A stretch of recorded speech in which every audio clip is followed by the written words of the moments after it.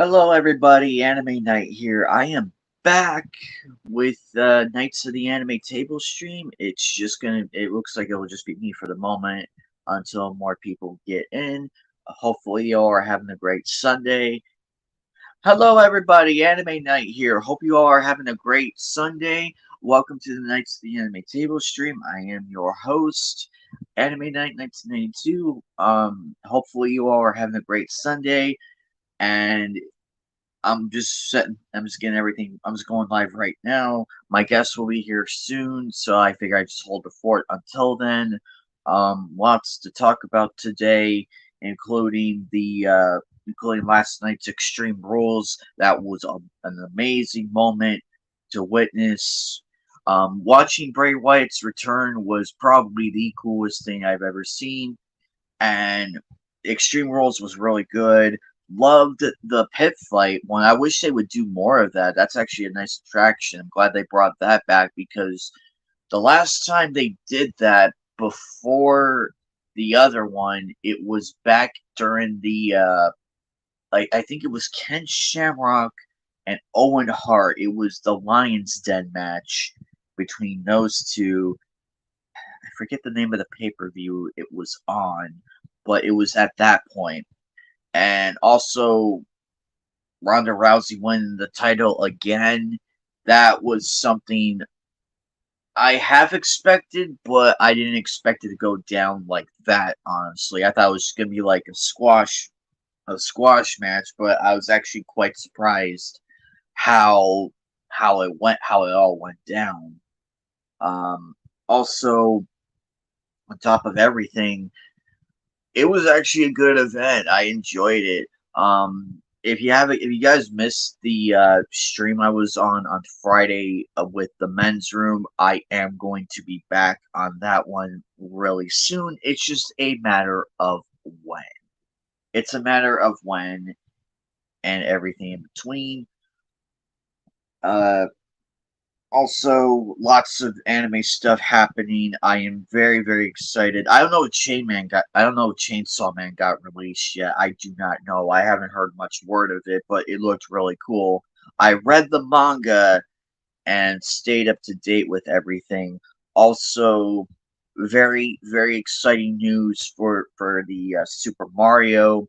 That's still going. That's still going on.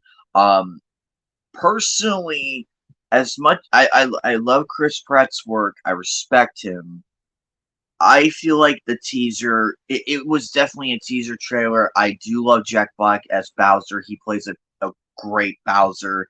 I feel like with a little more effort and trying to get like the Mamma Mia or Let's Go. I'm hoping with the coming trailers that we'll see improvements here and there, and it'll because they got the Mushroom Kingdom down. They got the Mushroom Kingdom down. They got the penguins from the Mario. I think it was Super Mario 64 is where we saw them. Correct me if I'm wrong. And of course Bowser's appearance. Also the oh Jesus Christ! I am gonna get blasted for this. Who's the person with the wand and the glasses? What was her name? Actually, hang on 1 second. Let me.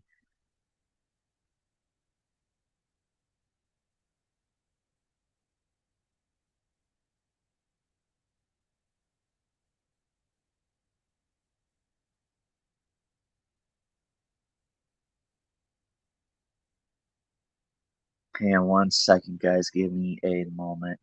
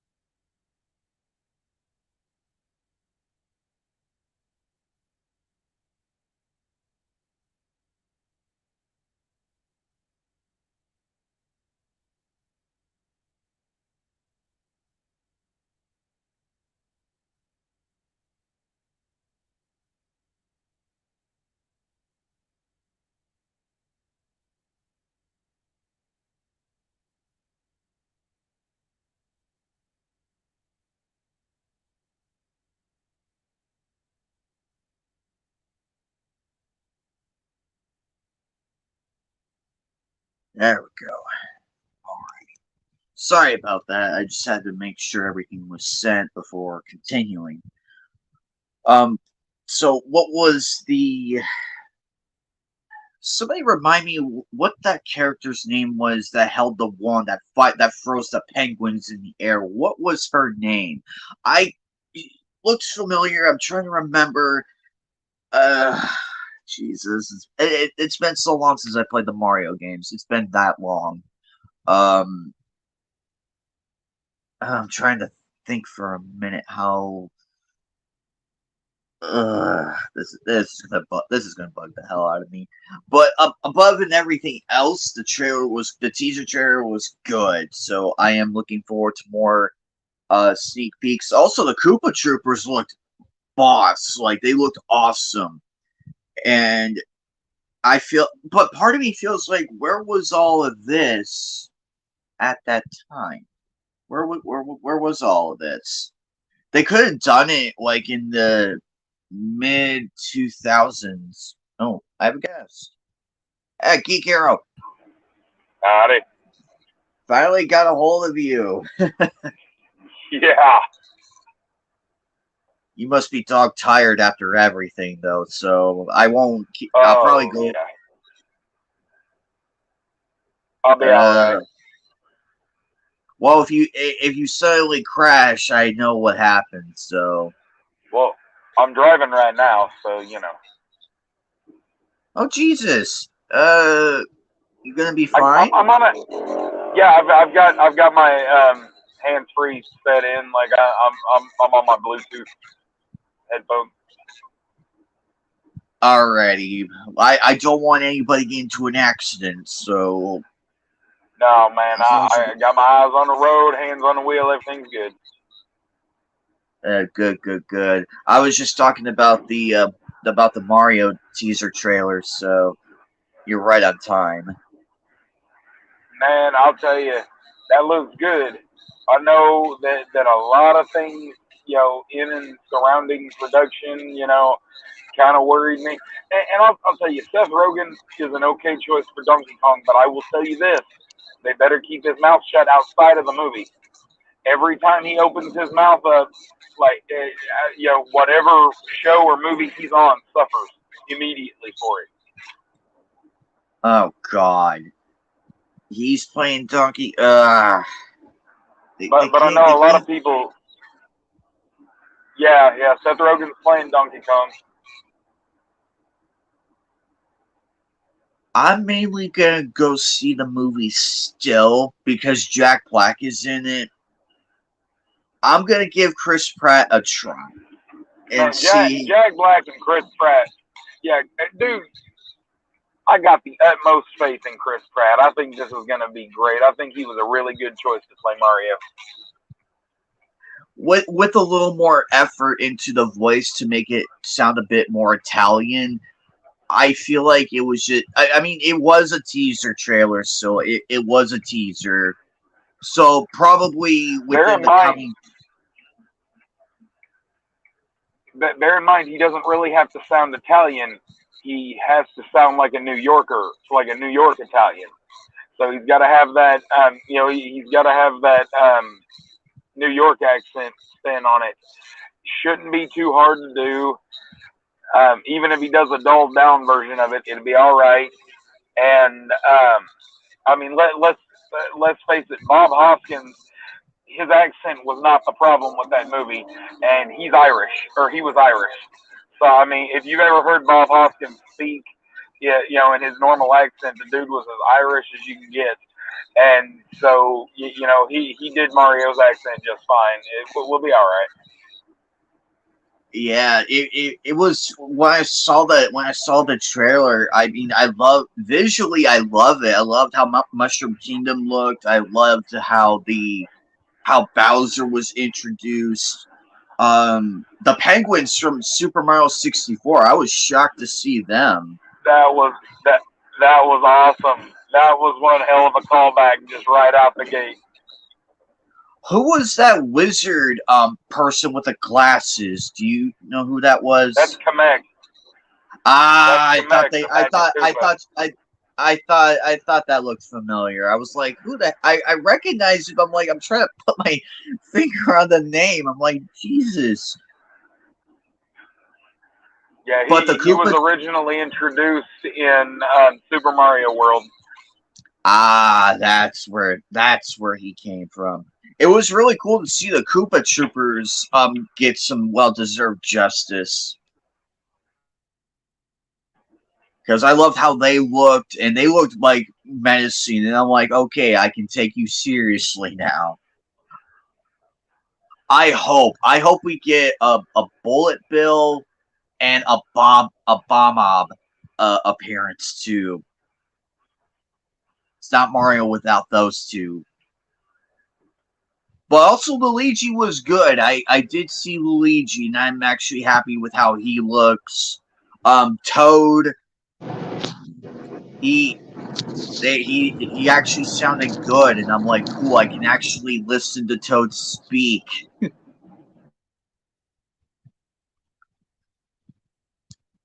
And on top of that, I have yet.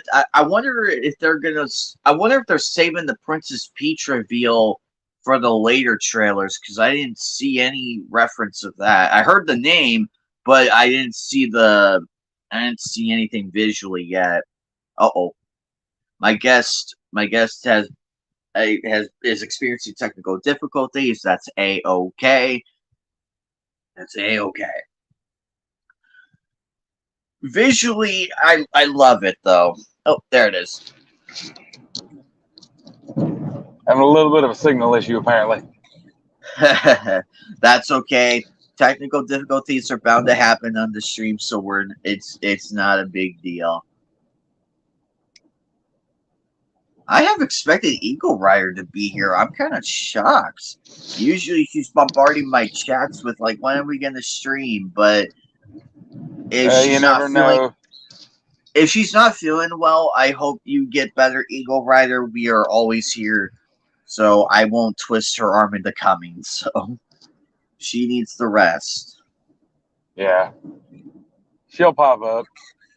Yeah, I decided to do this anyway because I feel like I just do it later in the day when everybody's still doing something. Well, But my schedule makes it impossible for me to do anything conveniently, so I've just decided, screw it, I'm going to do whatever I want. yeah, that's what's up.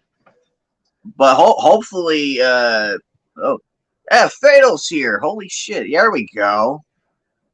Uh-oh. Hi, Fatal. Hello. At work. How is We're all. I figured you were probably at work, so that's why I dropped the link in case if you guys were really bored and wanted to hop on. Me and Bubba were just talking about the Mario trailer and what we loved about it, and I'm hoping I'm actually excited to see Princess Peach and how and who's gonna voice her as well, because I will agree. If Seth Rogen can keep his mouth shut outside of the movie, that would be fantastic. Because this is very, very... It's very volatile what can happen. It just takes one. It takes one thing to wreck a whole hype of a movie. And it's like, well, he's in it. Why are we going to go see it? Yeah, especially since Donkey Kong's probably only going to have like 2 lines in the entire movie. Or just do the chip, or to do the chimp sounds. Yeah. That's racist. Kidding.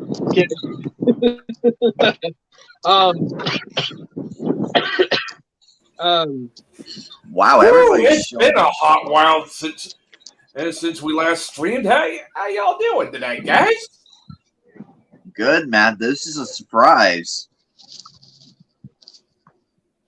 Yeah, as soon as Bubba shows up and then Phil shows up and then you show up, it's like, wow, the hits keep coming. Yeah, I know, man.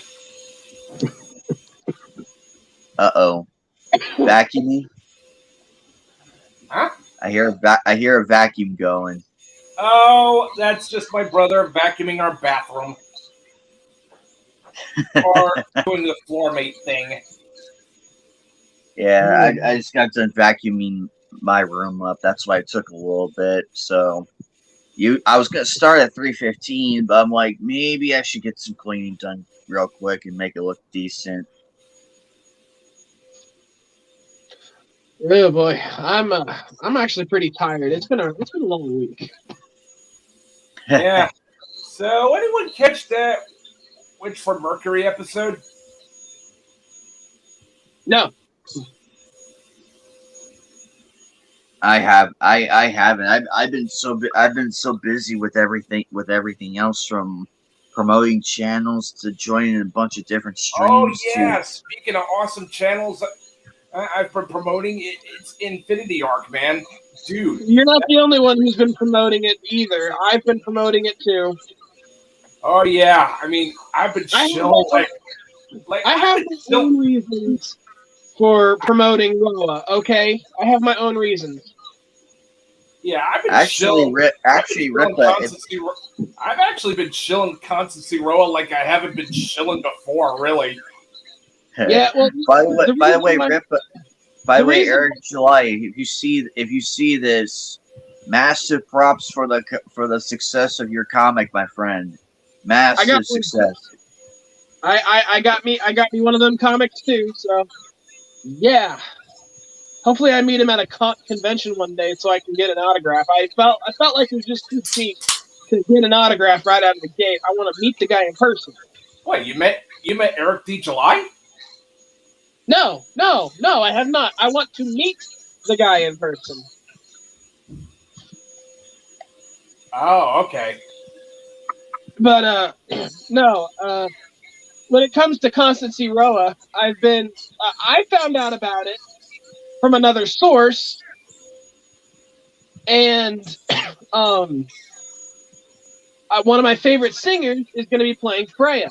So, oh yeah, I mean, yeah. Not to mention, she's got a beautiful voice and very easy on the eyes. Let me tell you. oh yeah, Sophia is awesome. I have 2 CDs autographed by her. When I found out that she was going to be taking part in this project, I immediately started to shill. So, yeah, not to mention the shit Infinity Arc's been getting from a bunch of wokies, all because he commented on one scene from the very end of the first episode of G-Witch, and people collectively lost their fucking shit. Yeah, they did. So, but really, I was like, unrelated to this discussion that I probably won't be taking part in. Congratulations on having Sophia in your project. I'm going to be supporting this all the way because I'm a big fan of Sophia. So yeah, not to mention, the main character Roa is definitely giving me Lilac from Freedom Planet vibes. No joke. Very. Honestly, like, I looked at this art and I was like, did these guys work on Slayers? Yeah, if Slayers was more like Bubblegum Crisis. But, precisely. But, no, so, yeah, I went ahead and shilled that. Also, I'm going to be shilling for Vengeance Productions graphic novel that's coming out called The Last Thanksgiving. So I'm going to be checking that out. They're a small promotional company. So, and I'm actually also shilling for Valfaris Megatherion, dude. Like, goddamn. Have you seen the mechs on this game? I mean, shit is giving me Dangaio vibes, man. Oh gosh, he has his metal heart on. Oh boy. No, speaking of Gundam, I have not watched anything new from Gundam because I just kind of refuse to. Like I think as far as I'll go for Gundam is Gundam 00, and then I'm done. Yeah, I actually finished Iron Blood Orphans and IBO was actually pretty good. I couldn't get into it. I just could not get into it. Understandable. I mean, It doesn't have the, it doesn't have the kind of storytelling like 0079, 0080, 0083, or 8th MS Team. It doesn't have the storytelling that I like. It's fair. It's actually fair assessment. I'm just simply. Okay. Here's my other thing. As much as I think Zeta Gundam is cool, it just doesn't hold up well compared to the other Gundams. You know what I mean? I like Zeta Gundam, but there are just parts in the story where I'm just like, this is just boring, you know? And why is Camille such a bitch? He's whiny. Yeah, again, I kind of disagree with you on that one, but at the same time, let's not argue and just agree Gundam mechs are cool. I will say that. I think my only problem with Zeta is just Camille in general. But other than that, I like it. You guys can have a debate. I'm allowing it. The only thing that I like about Zeta is Quattro. Char. That's the only thing I really like about it. Yeah, I will say this in Camille's defense. He does get better and more mature as the series goes on. Oh, that makes sense. I probably only made it to like episode 15 before I was just like, ugh. That's how it usually is sometimes with certain characters. You hate them so badly, but come to see them in later episodes, they're like, whoa, who is this person now? I don't really hate him. The thing is I identify with Camille a little bit. I think that's the reason why I dislike him. I don't hate him though. Like there are other characters that I hate. Like that one person from Mine from Rising of the Shield Heroes. That's probably the only true character I hate. But other than that, if there's any character I fucking hate in any anime, it's Yukinari. Like, goddamn, this kid does not stand up for himself and is basically a giant doormat for every single female on the planet. Okay. Oh, Yukinari? Why is that familiar? Girls Bravo. That classic anime. It was actually good. I actually enjoyed that anime because we showed it. We showed it at trade school. We had an anime club at trade school at one point, and that was one of the showings. I would have actually. Sorry, Matt. Go ahead. I would have enjoyed Girls Bravo if they just ditched Yukinari and just went with just the girls. I mean, it worked for Agent Aika. Well, I think here's the thing about Girls Bravo. It's one of them harem ecchi rom-coms, you know, that the guys are always like the guy is always the doormat and low self-esteem and has a condition where he grows pimples. I just do not understand that plot device. Like, goddamn! I mean, I'm not expecting Major Giga Chad and McGee as the main character here, but give the main character a little more in the way of. I don't know. What's the word I'm talking? Redeeming social value? Oh, don't get me wrong. I mean, but that's what makes it funny. What you're trying to say is, man, he doesn't have any redeeming qualities in your view. Aside from the ladies, no. That's just me.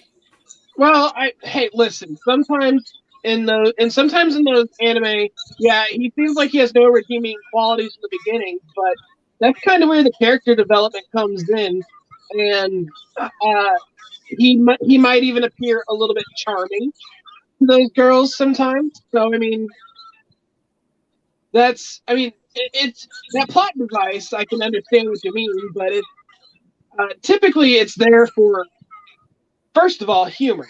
That's literally the main point. It's there, but it also does a little bit for character development in a series like that. And some people use it to great effect. Girls Bravo, I can see your point. Yeah, and I agree. I agree, Matt. I do see your perspective on that's probably just me talking, but I just don't find misandry even remotely funny. I mean, but then again, neither do I find misogyny funny. Are you kidding me? I find misogyny hilarious. Okay.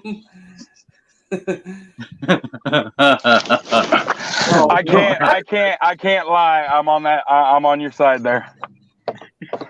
Okay, I think I walked into that trap there. Well, you gotta. I mean, I've never seen Girls Bravo, but I have seen Tenchi Muyo, like 20 of them. And the thing is, the thing is that he was not the most bold of characters, starting out, but in every version, he grows a spine and grows a pair, and things move forward pretty well. So I don't know about the character you're talking about. That's what I'm talking about. I mean, Tenchi Muyo gets it so right that you'd be hard pressed to find a main character as good as Tenchi. Yeah. Well, I mean, a lot of anime where they have guys like that, they always start them out as like the kind of the wimpy. I mean, really, it's classic formula storytelling where they find the wimpy guy, and then the story is basically him on his journey of becoming a man in some way, shape, or form. So, you know what's so funny though about those kind of characters? Those kind of characters only exist because of how much they love Spider-Man over there. But their version of Spider-Man was nothing like that. That just cracks me the fuck up. Yeah, I know. Precisely. I mean, Spider-Man in Japan even has his own giant robot. Like, oh yeah, we talked about that in the men's room, the stream I was on Friday. They have a Russian Spider-Man and a Japanese Spider-Man. It was hilarious. And I'm like, good God, they really went far with that. Well, now we've got a gay French Spider-Man. oh God, don't remind me. I would not be surprised. I would not be surprised if we got a Mafia Spider-Man. I would not be surprised. Yeah. I would not be surprised if they went that far. Well, we got ourselves a noir Spider-Man, so In a weird sort of way, it's already happened. So Miles Morales is from the Ultimate Universe, and during some bout he was having with the Kingpin, he found out that the version of him that's actually from Earth 616 works for the Kingpin. Yeah, that's something new. He's not a Spider-Man, but I just I thought it was Anyway, jokes aside, I remember when they first started the Spider-Verse shit, and I was reading the comics back in 2014, and that you got like a group of them. You got the main Spider-Man, the main Peter from 616, talking about seeing the guy from they made it. He was like, I thought I just saw the dude from Seabiscuit, and it cracked me the fuck up. anime night, is that Fujiko? Yeah. Oh, you got a different Fujiko than I do. Yeah, except I'm deciding to unbox her now because I'm just like, she was at Game On Expo. The VA for her was at Game On Expo. Holy shit! Unfortunately, I would have gotten her autograph if the line wasn't too fucking long. Man. The line is always too fucking long. I've just learned how to stand in line for ungodly amounts of time. Yeah, Well, let but me tell you. I did. Not to mention cunt funk, dude. Oh, You dude, I gotta take it. always Go ahead. okay. I always make sure that my bladder is empty, and then I go. I'm hydrated, but my bladder is empty, and then I go stand in line, and it don't matter how long it takes. I will stay there till I get what I need, and then I go back to the restroom, and then I get back in the other line. If I'm getting multiple, I always choose like a. If I'm going 3 days, I always choose like which days I'm getting so and so's autograph, so on and so forth, depending on how much the autograph is, that kind of thing. The line being long has never bothered me. I'm one of those crazies that would wait 3 days at a Best Buy if I had to. Hello, Bleeding Shadow. Unfortunately, I had other VAs to get. I had other VAs to get to. I managed to snag an autograph from Yuki Cross, so I managed to get that, and Sailor Venus, Neptune, and Shishomaru. So I managed to snag 4 autographs in one go. Now, my brother did get an autograph from Justin Cook, and I think it's Justin Cook, dude that plays Yusuke and Raditz. Yeah, that's him. Okay, so my brother got an autograph from him when we went to Arkansas earlier this year, and he also got an autograph from dude that played Lex Luthor in the animated Flash in the Justice League, Rosenbaum. Like, I forget his first name. But anyway, he got and I was able, for my brother-in-law, I was able to get him an autograph from the dude that plays Bakugo. Nice. I got an autograph from Doug Jones, and Doug Jones is one of those actors that you don't know how much Doug Jones you've seen until you look up Doug Jones. Once you realize how many, hell, it might not even be his voice, but it's him doing all the work. Why does Doug Jones sound familiar? Because he's been in everything. He played the Silver Surfer in Rise of the Silver Surfer. He was the second Abe Sapien in the second movie. In the second Hellboy movie, he was the guy that replaced David Hyde Pierce. Even in the first one, in the first one, he technically played the physical movements, and David Hyde Pierce played the voice. But he took over and just completely played Abe Sapien in the second movie. Huh. There was at the, I don't know if it was the Phoenix, I don't know if it was Fan Fusion or Game On Expo. He was there. Yeah, he's everywhere. That dude in between gigs goes to conventions. That's pretty much his life. Well, I feel like I'm wondering who's going to be. Wasn't Doug Jones an anime as well? Oh, I can't remember. I know he's been in everything though. His he played the villain. Oh crap! I want to say in the CW Arrow show in the Flash show he played Tractor Beam. But anyway, the point is I don't know any anime that he's been in. I know that he played the animated voice of Abe Sapien in both of the animated movies that take place in between the two Ron Perlman movies. He's done a lot of voice acting. I just don't know off the top of my head what all. You know what? Give me just a second. I'm gonna bow out and I'm gonna come back. Okay? I'm gonna go look something. Alrighty. But yeah. Now though I've got Ron Perlman on. He's signed a Hellboy picture for me. I've had Doug Jones sign an Abe Sapien pick for me. I'll tell you though, when it comes to, I loved meeting Stan Lee. He was like the greatest. But I am so green with envy that you had a chance to meet him. I am green with envy, to be truth be told. Hey, you need to understand though, when I brag, I'm just bragging because I'm thankful. I'm not trying to lord it over anybody else. I'm also saying it in a comedic way and everything, like a ha joking way. Yeah, no, I was sitting around at the comic shop a couple of years ago, and it was, or I guess it was 2 years ago. It was anyway. The point is, sitting around a comic shop, and they're all sitting around talking about like these guys. These are the old guys. These dudes are in their 40s and 50s, and I have had nothing but respect for these guys.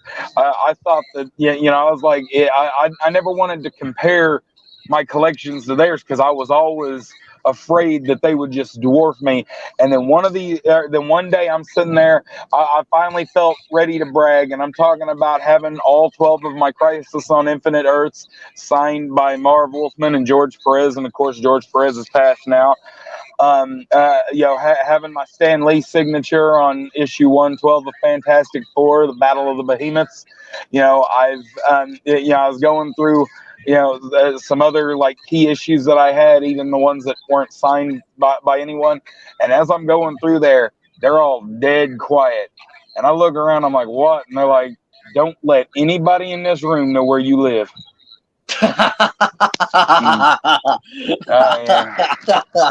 Yeah. So I as it turns out, my collection is quite enviable. But again, yeah. Now let's see. Of course, I've got my not comic books. I've got my Aquaman Trident, signed by Jason Momoa. I've got my Highlander Endgame signed by Adrian Paul, the TV Highlander. And what was funny is I kept telling him I still wanted to meet Christopher Lambert, and I wanted to, and I told him, I asked him nicely, I'm like, could you stay on your side? And he goes, yeah, sure. And he writes, there can be only one, and gets it right across Christopher Lambert's side. I got burned by the Highlander. That was freaking hilarious. I've been shot with a Nerf dart by Yondu. Michael Rooker got me with the Nerf dart at one of the conventions, and of course, like I said, I met Stan Lee. I met Kevin Sorbo twice, and he's signed Hercules stuff for me both times. If I had a copy of Call the Conqueror at the time, I'd had him sign that. But let's see. I've met Billy D. Williams. I have met Ernie Hudson, both of them absolutely incredible. But Ray Park and Teddy Sears, the guy, Teddy Sears who played Zoom from the CW Flash. Him and Ray Park have got to be the two. Oh, and John Wesley Shipp, holy crap, I can't forget him.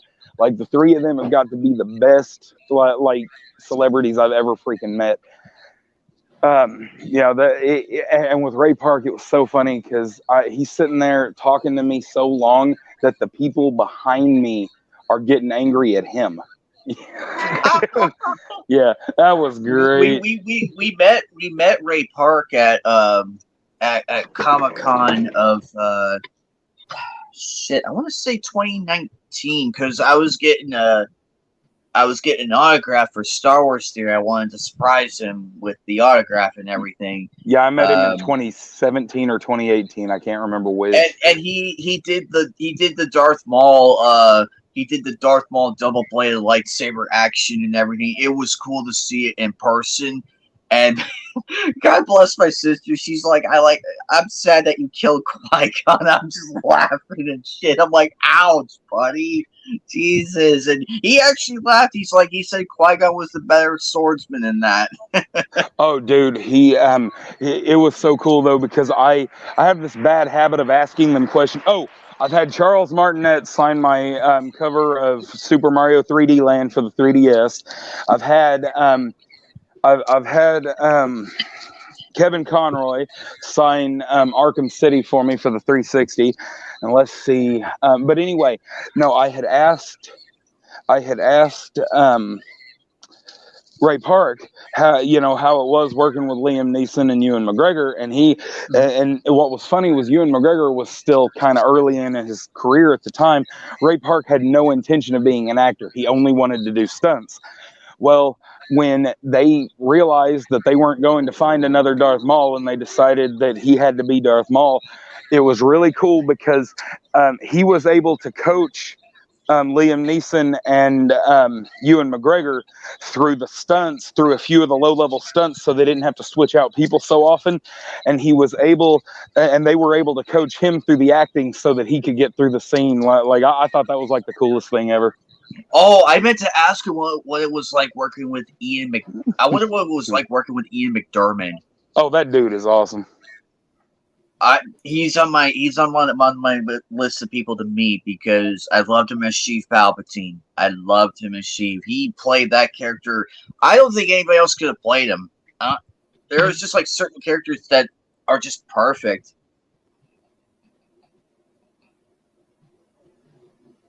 But I am I'm excited for Comic-Con next year, though. I am pretty excited. We had another one. We had another one out here actually. We had one. Does your Comic-Con have a bullshit mask mandate? Optional. Thank you. I know at Game On Expo they didn't enforce it, which was good. The only thing they got pissed off about was they literally took down the vending machines. Like, they put sold out on the vending machines because they were so tired of telling people to not bring drinks from the outside into the convention. They were stingy about that, but I understand. And also at Fan Fusion, it wasn't that bad actually. I mean, I heard about the horrific line thing, and luckily me and my roommate, when we went, we just went right in. Like, we got the badges. We didn't have to wait long. We just went in. But yeah, Fan Fusion and Game On Expo. There are two other conventions out here that are happening. There was one. It was Secret Car something, where they have all the anime cars and everything. And then they have another one coming on Halloween weekend. So I'm going to the collector's market. They're doing their annual festival there. They did one in March. I missed out on that one, so I'm going to this one. And then in TaiyuCon, I'm probably gonna skip that one because I'm trying to limit myself on how many cons I can go to. It depends. So Fan Fusion in June. It's happening in June. So I'm going. That's where I'm going to be attending. Oh, probably. I'm not saying officially yet. But as we get closer, I will do more. I'm still cosplay shopping though for my fourth one actually. Uh-oh, what happened? Fatal. Yeah. Matt. I'm here. Okay, and Bubba's here. Okay, sorry, the thing went a little crazy. I just want to get a mic check real quick, but it seems like we are all good. But yeah, Fan Fusion was a ton of fun. I had a great time. I had a great time meeting Linda Hamilton and Kathy Griffin. Oh wait, did I say? Jesus Christ! It's been so long since I've. Linda Ballantyne, my bad. The original voice of Sailor Moon and the original voice of Sailor Mars. So those two, by far the best female co-stars I've ever met. Christina Lay, who played Sailor Venus, was really cool to me. Sailor Neptune was really cool. I loved both of them.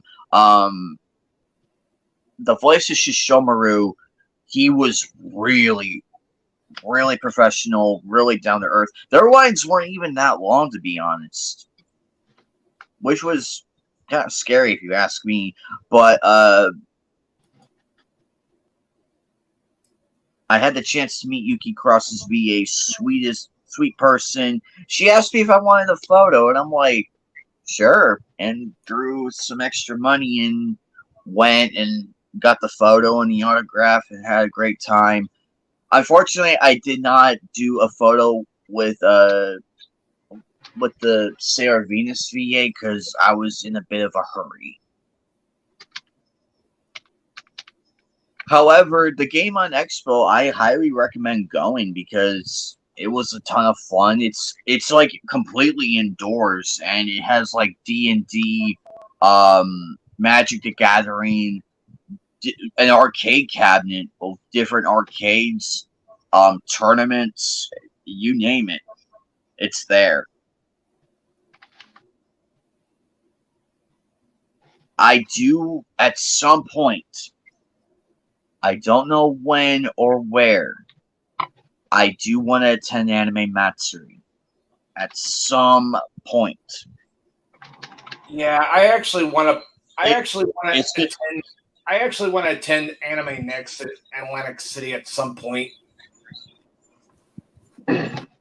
It's gonna take a lot of convincing for me to go, but I have an idea what cosplays I'm probably gonna do, so I know exactly who I'm gonna bring to the convention. I just wish they would at least ease up on the gun prop thing. I mean, yeah, what happened at an fan fusion of a few like 3 years back, 3 to 4 years back was horrible. But it kind of takes the fun out of like the cosplays, like Jango Fett, Boba Fett. Shit, I'm running out of ideas. Actually, the sad part is the fucking clown dressed up as the Punisher with live ammunition. He literally walked there with live ammo, and I'm like, you fucking moron. Apparently, he wanted to, from what I was reading and everything, he wanted to murder Jason David Frank for whatever reason. I'm like, Hold up. why? What the hell? I'm like, why? Yeah, Yeah. they literally shut. I think they shut down the con for that day, and everybody had to leave. Well, that was But just it was, yeah, and it ruined it for everybody. We're still feeling it from that moron's from the idiocy of that. okay. I who mean, you it's talking okay. about? It's okay to despise it. It's okay to despise like a voice actor or in general. It's like, oh, I hate your work and everything. But I would never condone an action like that. Never. They're human too. So it's like, I know, man. why? You don't see us threatening people. You don't see us doing that because we know better enough. We may hate them and everything, but I wouldn't want anything bad happening to them for Pete's sake. They have a life too. Because we're better than Well, this. and Jason David Frank is so cool. I don't know how anybody can feel that way about him anyway. Yeah, it was pretty trippy out here, but thankfully no one was hurt. So but in a way, I understand why they're still doing the ban on props and everything. Well, the gun props. Yeah. But what surprised me was I did see a Power Ranger cosplayer there with the Ranger blaster, and I'm like, how did you sneak that in? Wait, but if it's just the Ranger blaster, if he could just prove to him that it was just a Ranger blaster, it shouldn't have been that big of a deal. I know it boggled my mind though, and I'm just like, I'm not gonna. Oh no, ask I know what you mean. I once went to a Renaissance fair that they made these guys take off their little cat of nine tail whips. They wouldn't even let us carry stuff like that. Wow. Yeah.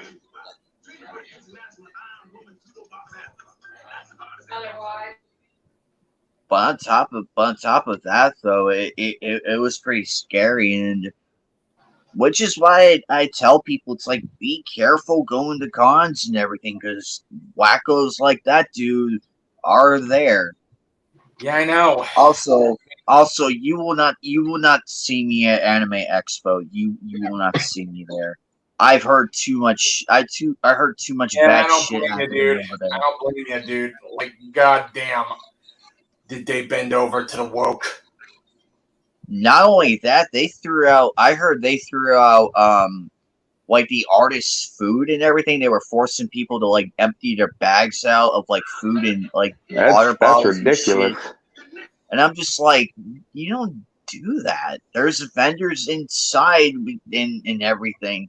Plus, a fellow cosplayer that I'm friends with. I feel so bad that they have to stay at the booth and everything, which is why if I ever became popular, I want to have someone with me to want.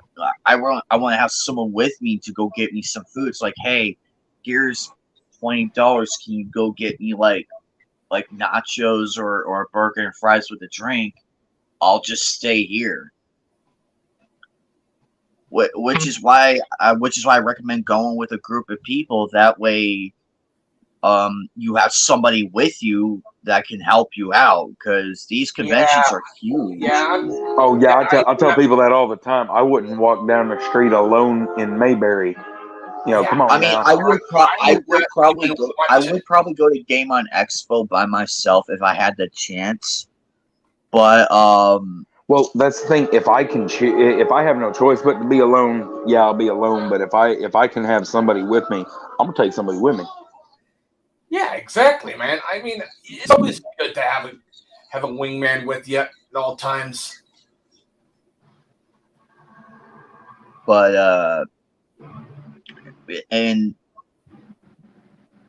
but other than that, it was a great time. I mean, I had a great time this year. I mean, I busted out a bunch of different cosplays back to back to back, and I had a ton of people. I went as Trunks for Game on Expo about a few months back, and a lot of people were coming up to me and telling me I had the best one out there because there was only 3 of them. There was only 3, and there was me with the like in the regular Future Trunks outfit from season 4.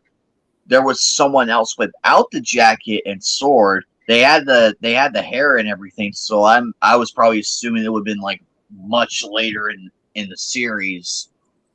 The other one had like the blue haired version, but mine was like the OG one, and they liked that one better. And I'm like, I'll take all the compliments I could get. Plus, I still have my Riddler cosplay up. I still fall back on that one because I know for a fact it'll draw people's attention. I think at FanFusion I got stopped like 15 times during the last day there, and I was like photographed with people and everything. They asked though, and I'm like, yeah. A few people did ask me. It's like, how much are you charging for the photos? I'm like, that's a stupid question. Get the camera ready. I don't do that because 1, it's petty, and 2, it's stupid. I have other ways of making money than that. So Yeah, I mean, save your money. I'll do the photo for free. I'm still working on getting myself a JOB, man. There is a few I am looking at though, but I'm still in debate mode. But I know for a fact I can. At least it's all there and everything. I just gotta find the wig and the mask for one of them. The other one, I just gotta find the wig and it's all ready to go. But I'll cross that bridge when I get there. Personally, also the Tuxedo Mask one, the original Sailor Moon VAs, they loved it. I did rehearse a few lines, and me and the original Sailor Moon VA, we did the scenes together. We did the exact lines word for word. Unfortunately, there were some people in there who were kind of mad at me for not having a Sailor Scout with me, and I'm like, fuck you guys. Like, fuck you. It doesn't have to be perfect. Well, you know, it would help if you could have found one, but you know, you just ask them, where am I supposed to find one on such short notice? Precisely. And I did see some cool Sailor Moon ones. I saw Sailor Moon. I saw two different tuxedo masks. I saw three Sailor Mars and one Sailor Jupiter. I did not see. I did see Sailor Mercury later on in Game on Expo and Sailor Saturn. So they're there, just in different areas and in different conventions. But what can I do? One of these days, though, I'm waiting to see a war between the Power Rangers and the Stormtroopers. There seem to be so many of those. That. I would pay to see that. Actually, I could probably pull off a Power Ranger if I want to. The question is who, though, because there's so many, and I'm also hearing rumors that there's a Power Ranger 30th anniversary happening. Is that true? I'm hearing that the cast is coming back.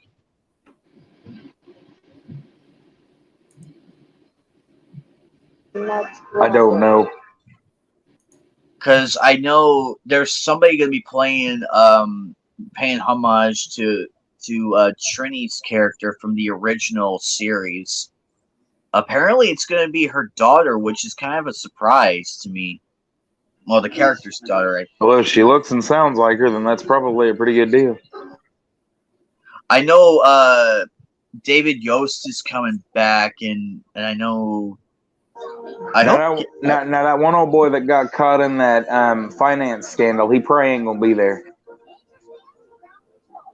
He was one. I think he was like the Gen 3 Red Ranger or whatever.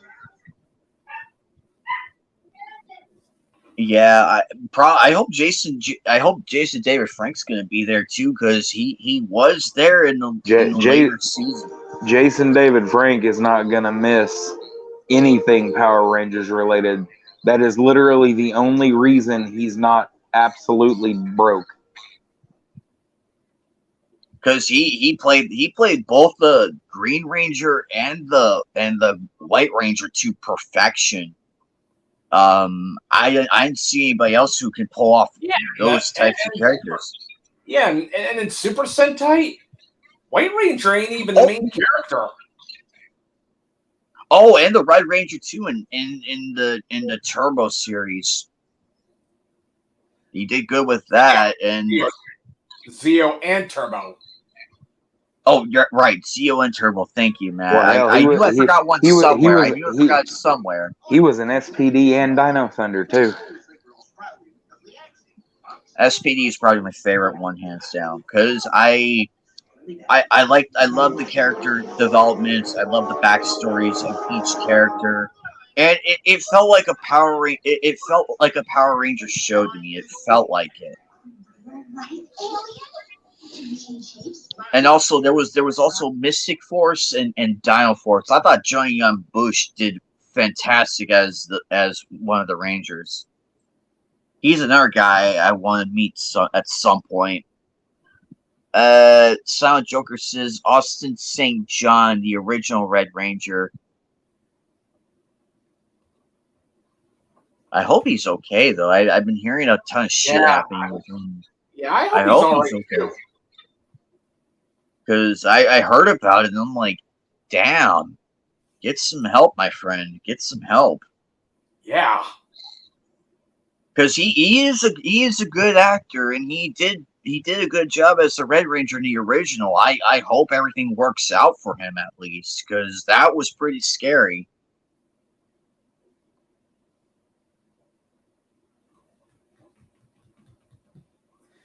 Well, looks like I got a bug out, guys. Alrighty, Matt. Thank you for popping on by, my friend. Peace out. Later, man. I'll see you tomorrow on Roman's stream. Okay. See you guys. I will try and stop by and say hello on that stream if I can, because I have a ton of shit going on this week. Oh boy. Yeah, I'll be busy tomorrow, so I probably won't stop by at all. I just hope though. I just hope that the Sonic, not the Sonic movie. I hope the Mario movie. I hope it gets the same success like Sonic did. So I'm pulling for it to be successful because it is an iconic IP, and you can only do so much with it. Hopefully, Seth Rogen can stay a bit professional and then act like a bitch when the movie is fully released and everything. Like Yeah. after a bit and everything. Well, if he could just refrain from calling the fans bigots, then we'll be all right. Precisely. I am pretty excited for Deadpool and Wolverine. When I saw that teaser with Ryan Reynolds and Hugh Jackman, I'm like, take my money. Just take my fucking money. I am gonna go see it. But we have See, to wait 2 more years. the problem is, and yeah, no, years ago I would have, 2 or 3 years ago I would have agreed with you, but then a little something happened, two somethings. After seeing The Last Jedi and Captain Marvel, suddenly I cannot any longer take anything for granted. Yeah. I don't care how good it looks. I will not. I try not to get too excited for it. I mean, I'm doing bad. Like I feel bad getting excited for the Mario movie. I agree. I agree with you on that viewpoint. It's hard to get excited, like because it's like you go and see it, and it's like, damn, did I just get chipped again?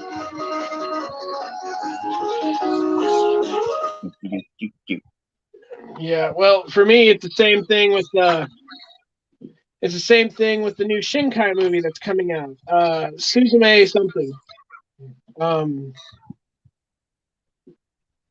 but I don't know. I'm a big Shinkai fan. I love all of his works, save for one. But I can't get into his stuff. Or I can't. I don't know if this one. I saw the trailer. It seems interesting, but I don't know. I'm worried. Things that have been coming out lately from Japan as well just had me a little shaken. So I kind of just Yeah, stick to the stuff. I will probably still depending on how things go, if I'm still interested in going to see the Mario movie, I am probably going to refrain from it until I see a few more trailers from it, and then decide to go. That's what I did with Sonic 2. I wanted to wait and see if it was worth it, and I went to go see it, and I left a happy customer because it did its job. Jim Carrey played Robotnik to a T. I love the teaser at the end credits. I love that. So I'm pretty excited how they're gonna bring out Shadow and everything. But I'm gonna leave it at that. Yeah. I do hope for Mario to succeed though, because I want to see it become a success, despite the obvious shit going on culturally and everything, as Geek Hero mentioned. We have to take all of that into account as well, and I do. Well, another thing that got me irked was the reveal of the Velma series and all the drama surrounding that. That's terrible. Yeah, and it also proves your point again, Bubba. It proves your point again of everything going on. It's like, oh god, they just screwed it up because it's not Scooby without the character Scoob in it. And that excuse they gave was complete and utter bullshit. It's like, nah, we don't give a fuck. We just want to make money. Yeah. We'll break as many fandoms. Which is only funny because they're not making any money. Exactly. They're like pushing everything out, and it's like the backlash is immense. I mean, obviously somebody's paying them, or they wouldn't keep doing it. But their products aren't making any money. Precisely. And I will say this. I am okay with like new characters and everything as long as they are written properly and are not skull bashing us with all the check boxes. I was gaming with my sister last night, and she saw the Hocus Pocus 2 movie. She went on the biggest tirade I have ever seen. I wish I would have recorded it. It was hilarious. How bad is it? That movie apart. Like, how bad is it? Dang. Extremely bad. Oh. Like, worse than that Pinocchio remake? Yeah, they literally screwed everything up. Yeah. Hello, men's room. I'm doing good. You figured that after all this stuff that's been happening in Western media, but Western media has literally become the epitome of the definition insanity. Well, and that's the thing. I kind of figured anything that had Bette Midler attached to it was going to be garbage anyway. I'm tired of these old actors and actresses not being. I mean, they're just like. I mean, they're most of them. They've let their politics get in the way of everything. Exactly. It's just like we want to appreciate your work, but how can we appreciate it if they're bashing us around, kicking us in the dirt, calling us all sorts of names that's not even true? We don't hate the character. We just hate how it was presented, and that's it. Well, you have to look at what's happened over the years. It used to be Okay, let me put it to you in this term. Have you noticed that the terms have changed over the years? They have no longer become. People still use the term actors, but now it's been associated with different words, such as back then it used to be, "Oh, I'm an entertainer," right? Well, now It's been changed to, "I'm an influencer." And this is a broad term that's dangerous. That's actually dangerous. So now they've taken it upon themselves to. They've somehow reached a level of hubris to where it's like, "Oh, I'm not here to entertain you. I'm here to lecture you." And if you happen to find that entertaining, then awesome. It's literally what it's changed into. So when you start thinking about it in those terms, everything makes sense. I don't want to be lectured. I want to be entertained. Exactly. That's all we want. And that's all we want. But that's what we, the fans, want. We want to enjoy the product that you are presenting because we want to. I mean, I would have loved to seen a She-Hulk TV series. I would have loved to seen it if it was presented a lot more without insulting the fans' intelligence. Like, just stick with the source material, what was presented, and you're fine. But no, they had to go and pull all that shit. I know. And my sister made a point. The actress that was twerking with the She-Hulk character, they made her canon in the universe. That's bad. Not only have you insulted the fans, you destroyed the lore, you made the Marvel Cinematic Universe an even bigger joke. Now that you make a celebrity, someone with a real life personality who's actually real, into canon. You don't do that. That's breaking so many traditions, but these people don't care. It's like, yeah, let's make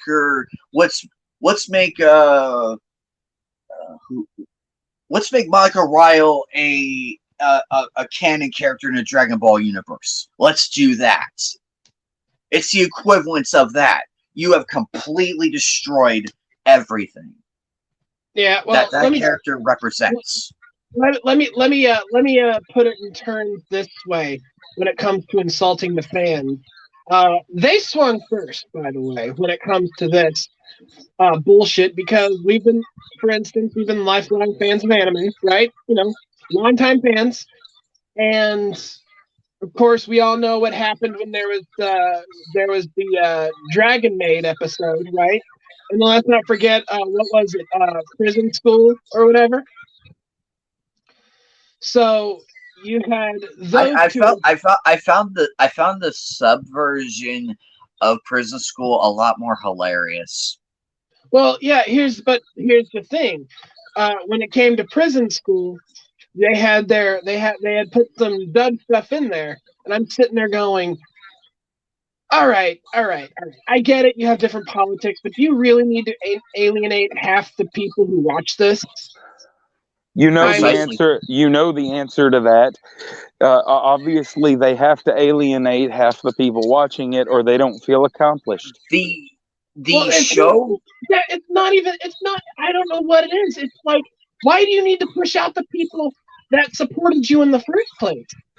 Well, because they don't. They're ashamed. They're ashamed of us. They don't want us to be their core audience anymore.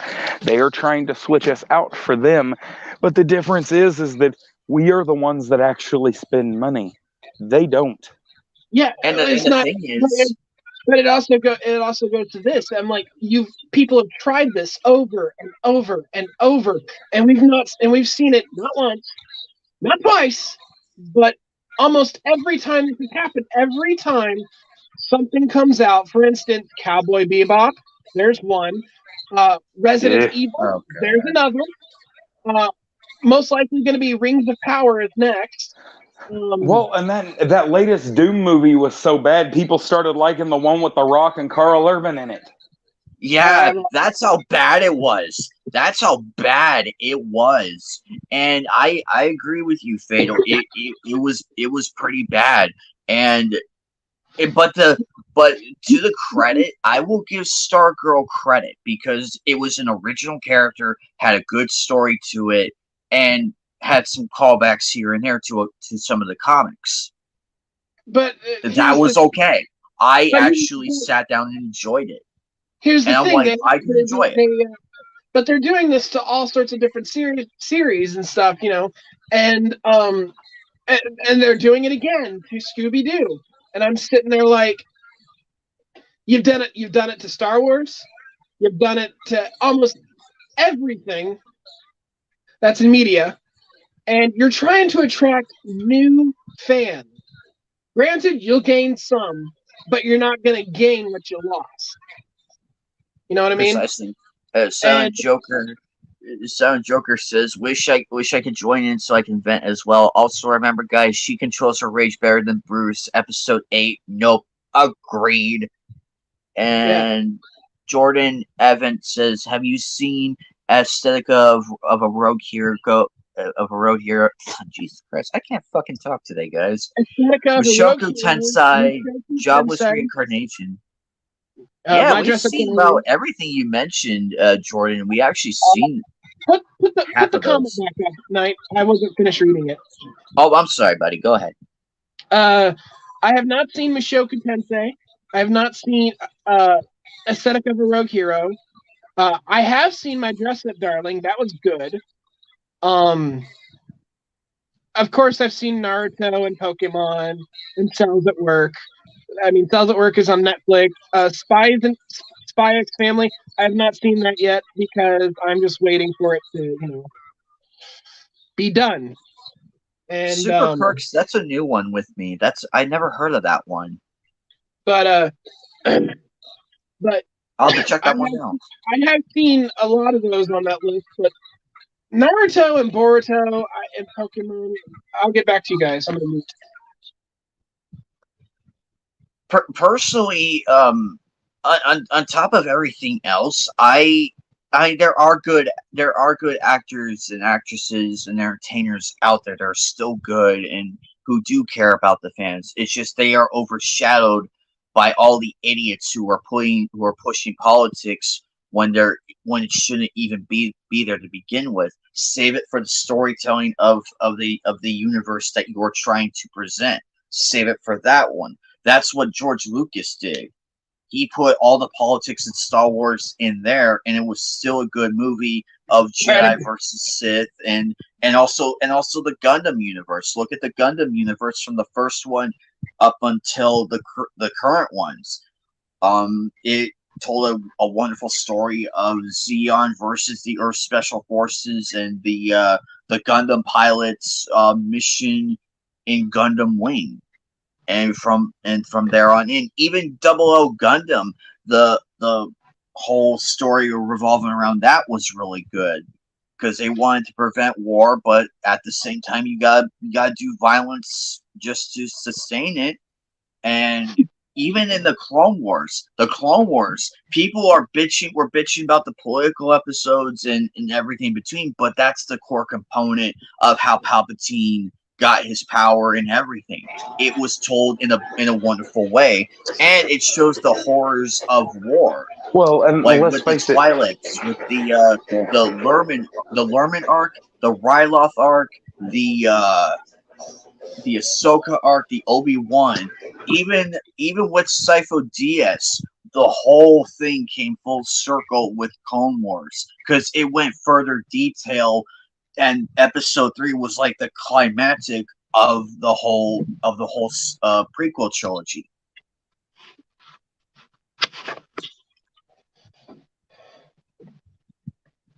Oh, interesting. I will have to check out Super Crooks then. But you could tell a story and still be entertained by it, even with Well, and that's the thing. The way stuff used to present politics versus the way that entertainment presents politics now is before. There was of course the straight up right versus wrong. That was black and white. But if there were any shades of gray in it whatsoever, they would present it both sides and then let the reader or the viewer decide. They don't do that anymore. They just preach to us on which side they think is right. exactly. And call everybody else a Nazi.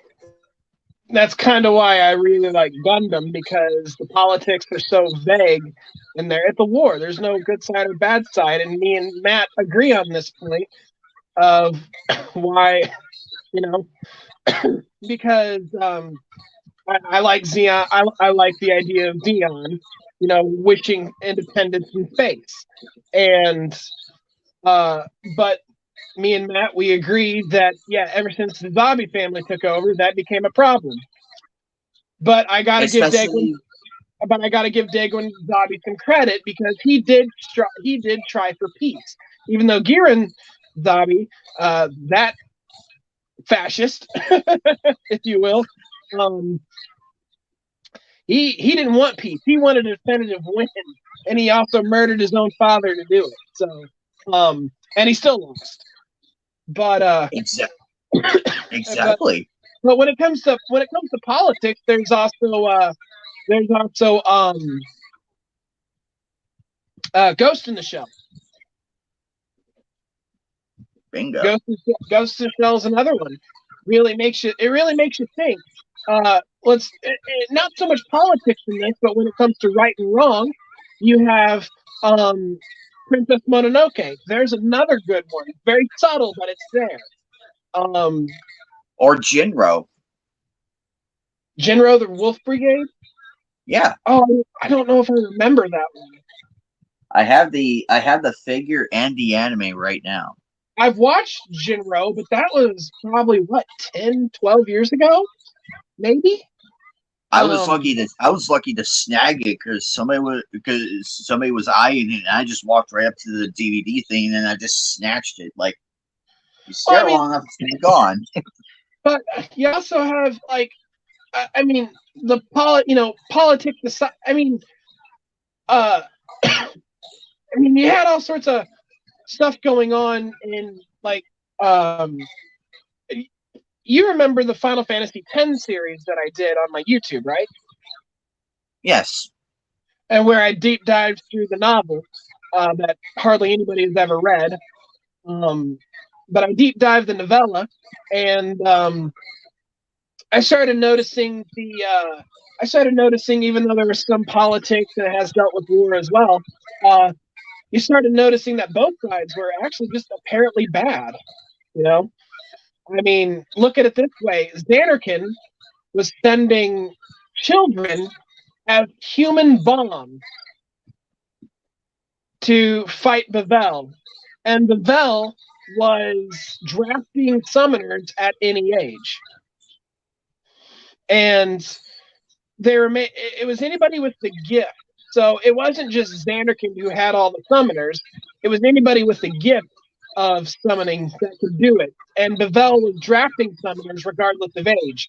So, and what they would do is that when they discovered that they were drafting summoners, they would provide their families they would shower their families with money, gifts, a small amount of wealth while they drafted drafted the kids. Here's another one, Valkyria Chronicles 4. They did the same thing whenever they would when they discovered a Valkyria. So you had that, and then so you had all of that going on, and it really paints a picture of who is good and who is evil. Exactly, and it's like it's there, but it also makes the story and the series more entertaining when you provide both perspectives, including some gray areas. That's why Star Wars is the highest successful one out there in telling the politics of a series. And also you have, I mean, Star Trek, it has its moments here and there too, and you can argue that both are good. The thing that surprised me the most when I went back and watched the Clone Wars after so many years later, and you do see the other people providing a different point of view. It's like, oh wait, you guys are for peace and justice, yet you're doing the exact same shit that the CIS is doing right now. You're carpet bombing villages and everything. Well, it's the human cost. People fail to understand the human cost of war and everything. Well, and let's go to another series that I'm quite fond of that features war, Ace Combat. Exactly, Ace Combat. That too. It really pushes. It pushes you the understanding of what the hell am I doing? Am I doing this for the greater good, or am I just doing this because I'm ordered to? Anime Night, I'm going to stop you right there. First off, I hate that term, the greater good. I really do. I despise it. But no, when it comes to Ace Combat, you have first off, let's go with Ace Combat 5. You have two superpowers. Yeah, you have two superpowers fighting each other, and it only, the war breeds hatred and stuff. But what's behind the scenes, which is what made Ace Combat 5 such a great game, was Belka. Well, then you have Ace Combat 0, and you realize that Ace Combat 0 is actually more of an in-depth story. Actually has a more in-depth story regarding its politics and who is good and who is evil and such like that. Which is probably why it's one of my favorite combat games. Everybody, there's always a reason why they put you on one side, but there's always a reason why you're going to war with the other side. First off, Ace Combat 4, Ulysses Meteor hits Erusia. Erusia needs to gain more power, so they started a war, expand their territory. Ace Combat 6 was the same way with Estevakia. I'm gonna let you go. I got business to take care of. I'm still here. But I wholeheartedly agree, because it makes you wonder, like, why are we fighting and everything? And it's stories like that is what makes the show good, because it pushes the understanding of both sides, and that's what we want with our shows. Even with the superheroes, we want to see them at their best, and we want to see them at their worst, and them being challenged through everything. Like, why are they fighting for this, or why did this person turn out like this? That's it. That's all we fans want, and that's why we revere comics, manga, anime, and movies as escapes into that world to learn about all these different characters. That's further being destroyed when you go and pull shit with what they're doing now. And even before that, when they started doing all that crap back then, and it's like, geez, are you really caring about the source material, or are you just caring about the money? Now it's about the money. I mean, it always has been, but back then it was very subtle. Now it's just out in the open, and it's very unfortunate that people will go that far to destroy like franchises, because they care about all, like, appeasing different groups of people, while simultaneously destroying the core fan base that helped get it out there in the first place. And as Bubba said, we're the people that do buy the stuff. We buy the merchandise, we buy the movies, we buy the books, we go to the conventions to meet the people who voice these beloved characters, even the creators themselves. We go and see. These people don't. And that's what's scary about these people. Yet on the spectrum, these people have all to say. They listen to them, and then they go and insult us when we're trying to have fun too, as much as we can. It's like, hey, why are you destroying that character? What's up with that? I mean, I understand different takes on a character. I can understand that to a T. Because with the multiverse, it's like, okay, I can believe that. Okay, it was because that, I mean, Marvel did it really good with Infinity War and all the different eras of the superheroes. We have different takes on different heroes, and that's completely fine. What I'm not liking is when you introduce a new character or characters. The problem is you're focusing way too much on identity and who they're attracted to, and everything between. Like, oh, I'm such and such, and this is my sexuality preference, and all that garbage. I don't want to focus on that. I don't give a shit if they're Well, they do. male They or forget. They female. forget. They forget the skin color, sexual attraction, and superficial. I mean, they forget that those are not personality. Precisely. And it's like, I don't care about that. I don't they could be from Saudi Arabia for all I fucking care. I don't care about that. I want to learn about the character that is being presented. How did Glacier Girl get her powers? Where did she come from? What are the people of Glacier Kingdom are like? Yeah. Who are they at war with? Who are they allied with? That's the questions I want to learn about. It's the backstory of the character and their traits and everything that is the focal point. I could give a shit less about their skin color, their sexuality, and all of that. I could give a shit less. But unfortunately, when that's the main focal point of the character, you ruin the aspect, and that's what drives people away. It's the truth, and yet they call it, and yet they throw a bus.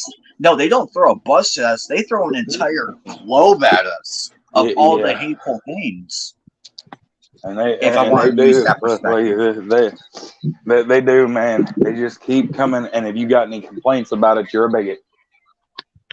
Precisely, and it's like we're not meant to be bigots. We just have some we have some valid concerns. It's like, why are you pushing just these three things instead of the character as a complete complex person?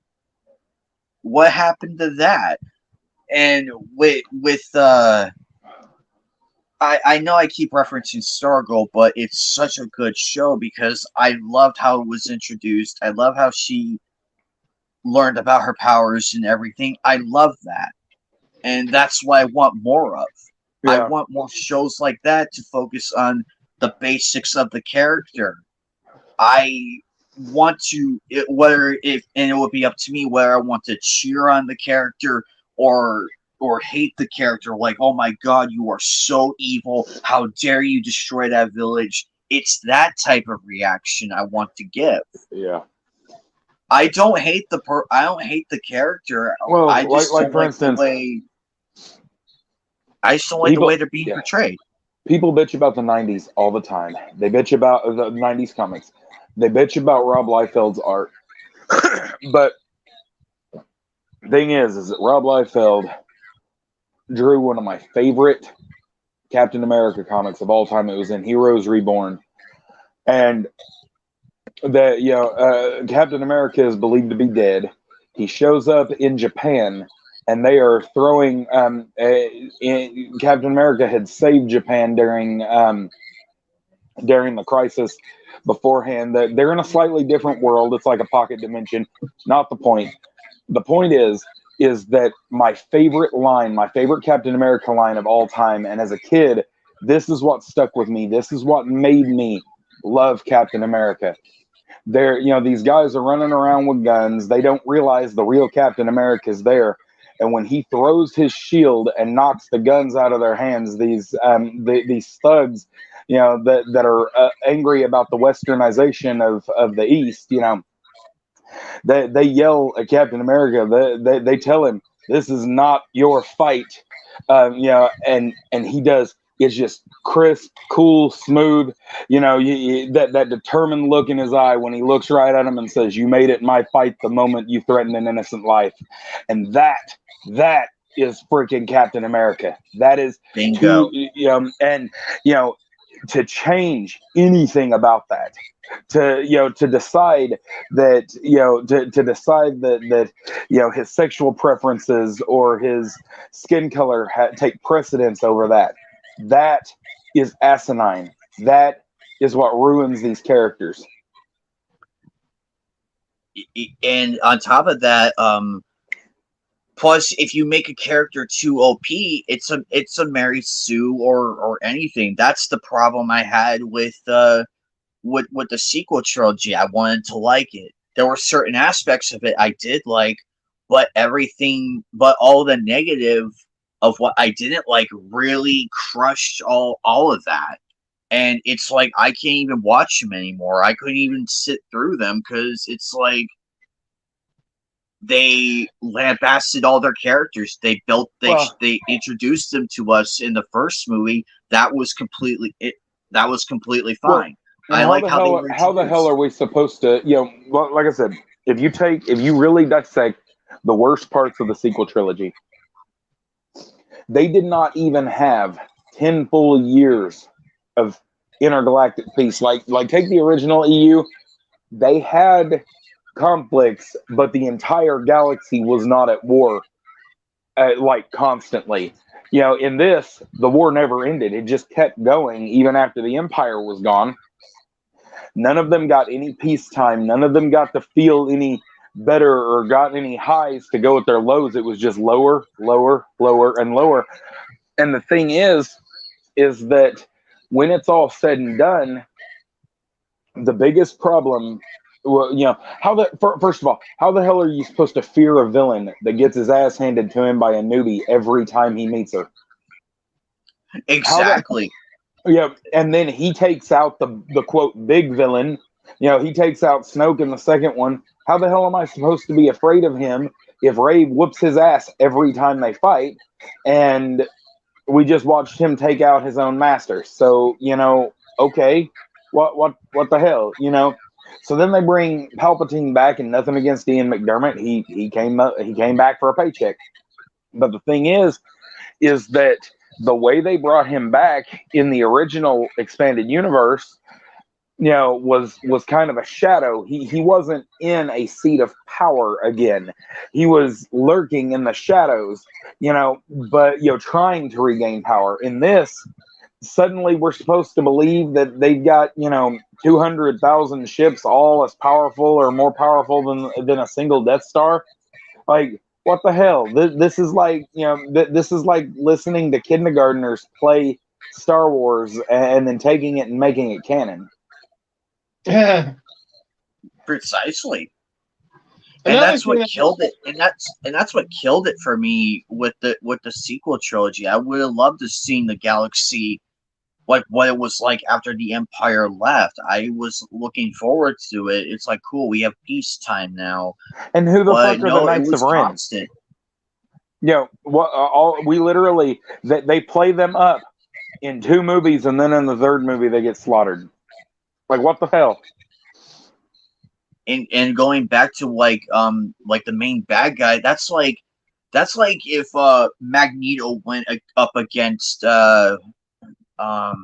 Jubilee, and Jubilee kicks his ass within the first scene. How am I supposed to take Magneto seriously? Yeah. It's like that. How about this one? Nothing against Jubilee or Magneto. I love both characters, but I had to use a concept like that just to get something across.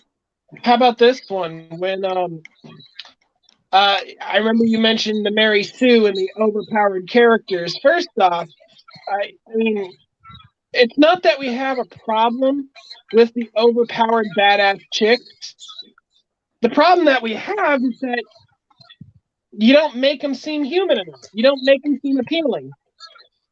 Exactly.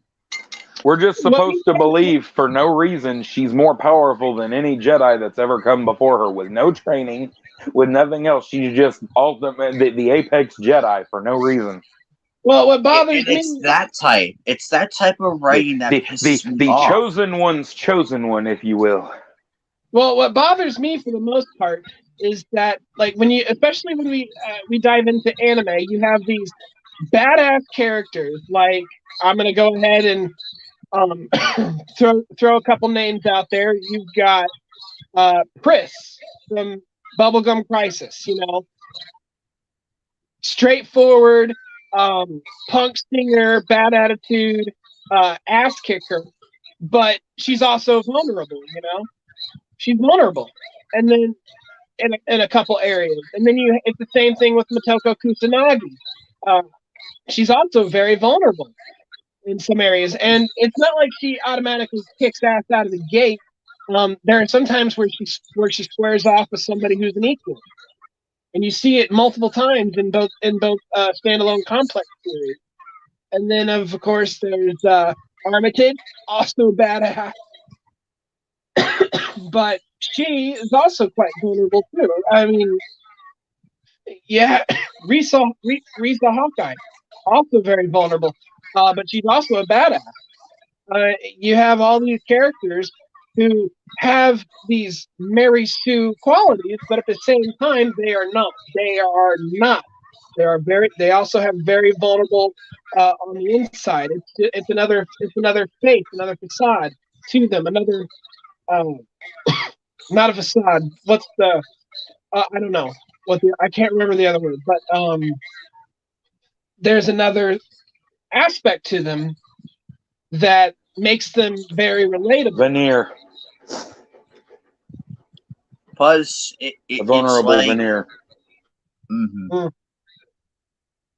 That's why I hated how they built up, how they went full on like Mary Sue with Rey. I mean, I would have loved to learn more about her character, but they made her way too perfect, and you don't do that. I mean, I love the female characters, but as you said, Phil, they need to have flaws here and there at some points. I mean, Luke Skywalker, he would have been a Jerry Sue, if you want to use that term, because he but the difference is he was so brash and so arrogant, like Anakin. He went and fought Darth Vader and got his ass kicked, but he learns from it. Like he learns, like, oh, okay, I really need to step back and look at it just from a different perspective on how to beat Vader, because he does make lots of valid points. Vader could have just killed him right then and there. He could have just killed him right then and there, but he didn't want to because there was the conflict with him, and Luke felt that after the big reveal that he was his father and everything, and that's where the turning point for Luke. He grew from that, and that's how he became revered. He also grew, Luke also grew. Excuse me. Luke also grew from from when Vader defeated Obi-Wan in the first movie. Strike me down and I'll become more powerful, all that other stuff. But when you think that when Obi-Wan took Luke on under his wing, Luke was, tripping over his shoelaces and such when he first became a Jedi. And for the most part, he was, honestly, I think, even though I love A New Hope, Luke was essentially useless from the very beginning, He's it was actually kind of funny and very relatable, and you see this throughout a lot of other games and shows that use that formula where the main character is basically useless, but they work him up to a certain point. Something jarring happens. Exactly, and that's why I like that formula, because it's relatable. We all tripped over our shoes from the get-go, like if we're doing something, but we're learning as we go with the right people, with the right mentors, and we learn and we go through a bunch of trials that life throws through us. Well, a lot of times, but that's what makes a story so interesting. When you have a main character, the whole point of the main character, or main characters, if you will, is to, the whole point is to, when you try to create something for an audience, your main goal is to, if you can't find yourself relating to one of these characters on a level that speaks to you, then you don't belong in this fandom. And there's nothing wrong with saying that. I'm just saying the main goal of a story is to make your characters relatable. Make the people want to be interested in them, and it also provides great character development. Because as the character grows, hopefully the audience will grow with the character. That's a big part of entertainment, and this kind of, when you mess around with this kind of content. You want them to be relatable. You want the audience to grow with the character. You want them to. You want your characters to be favorites of the audience because they relate to them, and that's how franchises like these expand. And then when you make them so perfect and nobody can relate to them, that's why they flop. And people can sense that right out of the gate too. So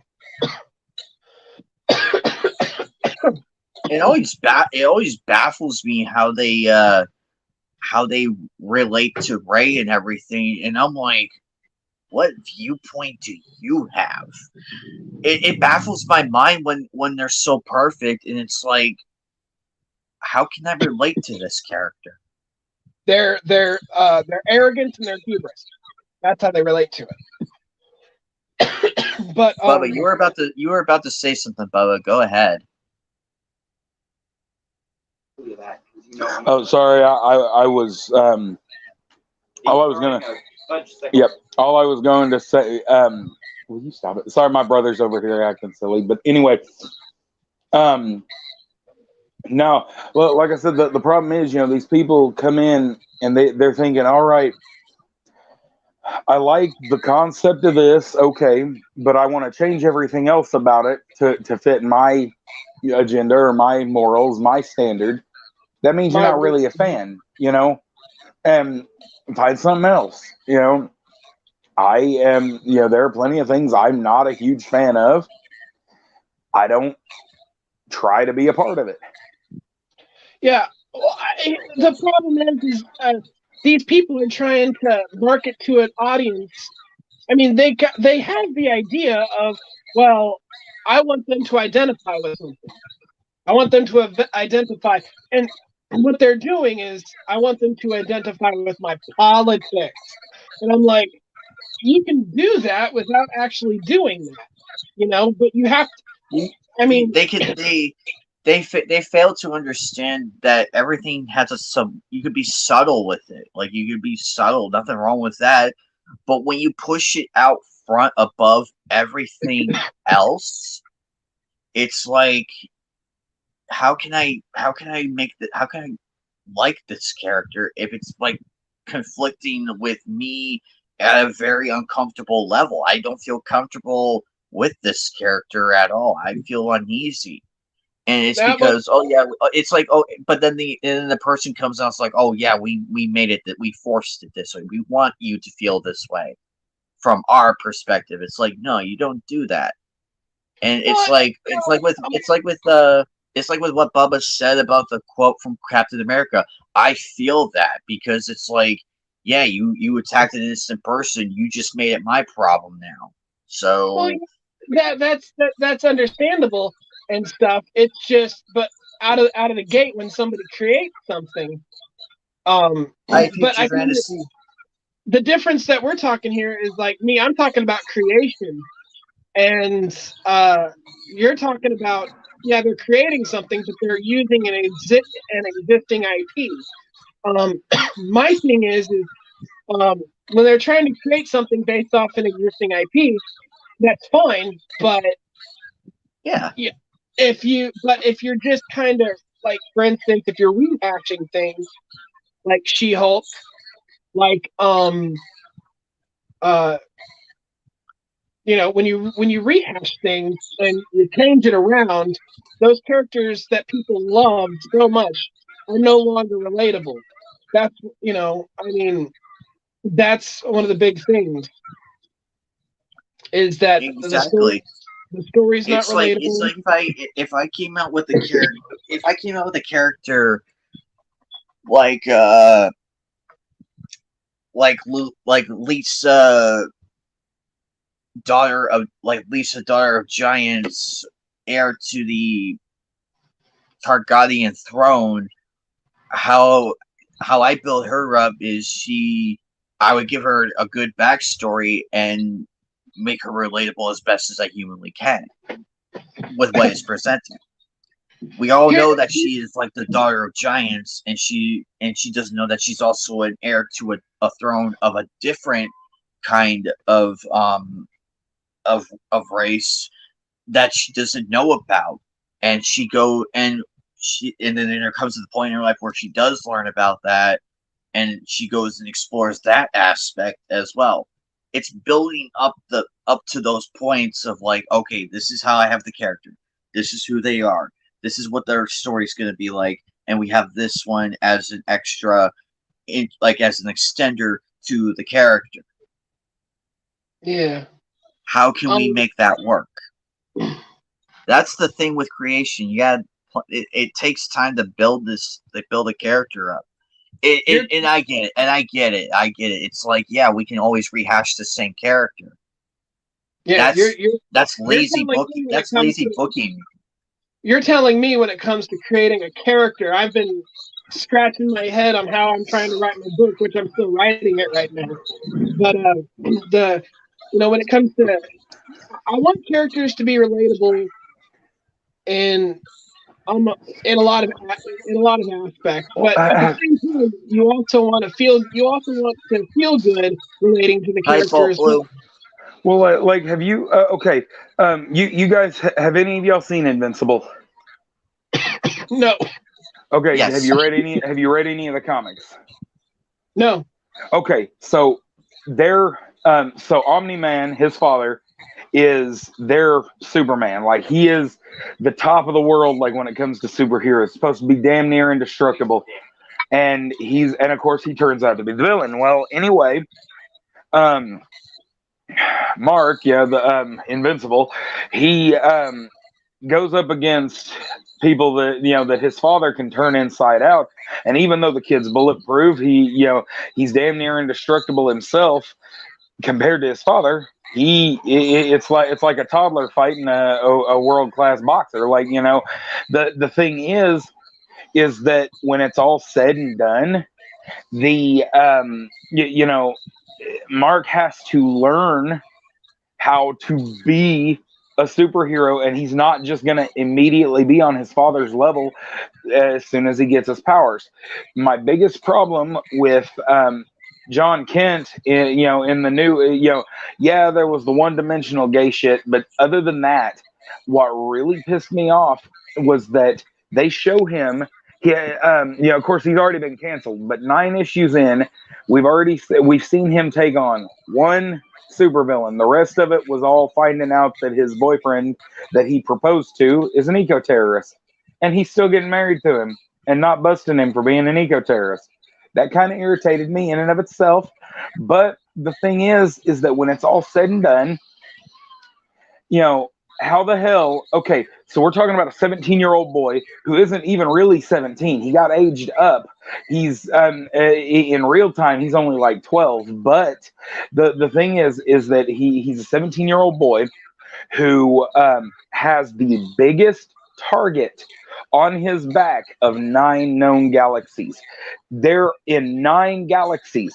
Everybody knows that S is the last son of Krypton. That anybody that wears that S is connected to Superman, and they know that if they come to Earth, they're expecting to fight Superman. The thing is that what makes this such a travesty storytelling wise is that this boy is 17 years old. He's not even really a superhero. He's a super activist, and he gets treated automatically like he's just more powerful or like he's just better at the job than his father, who's been doing it for longer than this kid's been alive. And the whole thing is just asinine on every level. How in the hell are we supposed to take that seriously? How can I mean, come on now. That kid, the first time he goes up against anybody, especially anybody his father goes up against, first time he goes up against Metallo or Parasite, he should look just like Mark when Mark literally has his elbow turned inside out and shoved up his nose. Like, this kid should be getting the ever-loving god dang hell thrashed out of him every other fucking day. His life should be a living hell. He should make Spider-Man look like he is in heaven. For the love of God, this kid should look like Private Pile in Full Metal Jacket. Like, he should always be in a world of shit. Like, until he can get a handle on things, there is no way he should even have a triumphant moment.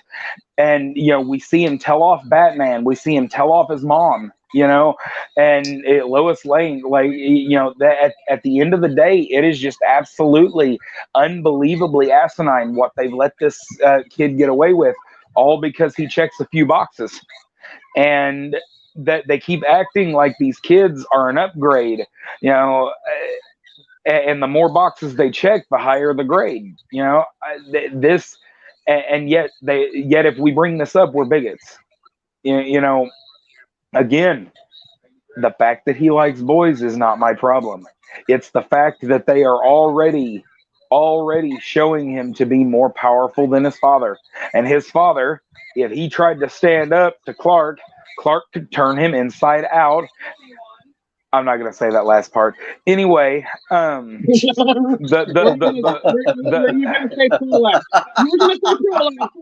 I was gonna say you use him like a sheepskin condom, but the point. Yeah, you were going to call him prolapse. You were going to say you were going the prolapse route. You were going the prolapse route. I was going the prolapse route. Yeah, you caught me. But anyway, that's my problem. They can't. How the hell am I supposed to take this kid seriously if he just shows up And he doesn't even save the damn day. He's just protesting in the streets, you know? Oh, come on now. And then when he does finally face a supervillain, he just breezes by it and moves on. There's nothing about that that's okay. There is nothing about that that's good storytelling. There's drama to the fight. It's boring. That's it. I mean, yeah, I don't think I'd be interested in something like that. There needs to be drama to the fight. There needs to be pushback from the villain. There needs to be, you know, there needs to be first off a story behind the fight, right? I mean, I don't understand why everything needs to be like, well, they're trying to send a straightforward message, and I don't like that. Precisely. Because it's boring. We just don't like it. We're tired of like the people. We're tired of them like pushing out the character just to be a check mark box. Like, are they this? Are they that? And this and that. Let's make them like this. It's like, no, that's not what makes the character. It's not. And I agree. I'd be very pissed off too. And it's like, it would be like if who's a good villain I can use? I want to say Galactus. Let's take Galactus for example. Eater of Worlds and everything. He is terrorizing everybody, and in comes this wacky person who just comes in and straight up one punches him and he's gone. That's it. And then goes and does something very highly irrelevant to what's going on. How am I gonna take it seriously now? Galactus would just made it a bigger joke now. Like Kylo Ren. Kylo Ren is like literally the punching bag of Rey and Finn. That's it. That's all I view him as. I don't see him as the scary, menacing person like we saw on when he first appeared. I don't see it that way anymore. He is a byproduct bitch boy. That's it. He was turned into a bitch, will always be a bitch, and that's it. Meanwhile, Rey is like the undisputed Jedi of the world. Lazy booking. Lazy writing. That's all it is. And it's like, how can I can't even take the character She-Hulk seriously anymore. I can't take Superman seriously anymore. As bad as it breaks my fucking heart, I love Superman. I do. And Captain America as well. I cannot take these characters seriously anymore because of how they're being portrayed now with all the current climate bullshit. It's like, how can I adapt to that? I can't, because it's like literally going against everything we grew up with, and even in the same thing has happened in the Scooby Universe. They're killing off that. They're killing that they just literally destroyed that entire franchise with everything going. You take out the main character. It's like what's left? You have the mystery gang, but without the dog, because Scooby is the comic relief next to Shaggy. They go good together. They link together with the dog and everything. That's what made it such a great series.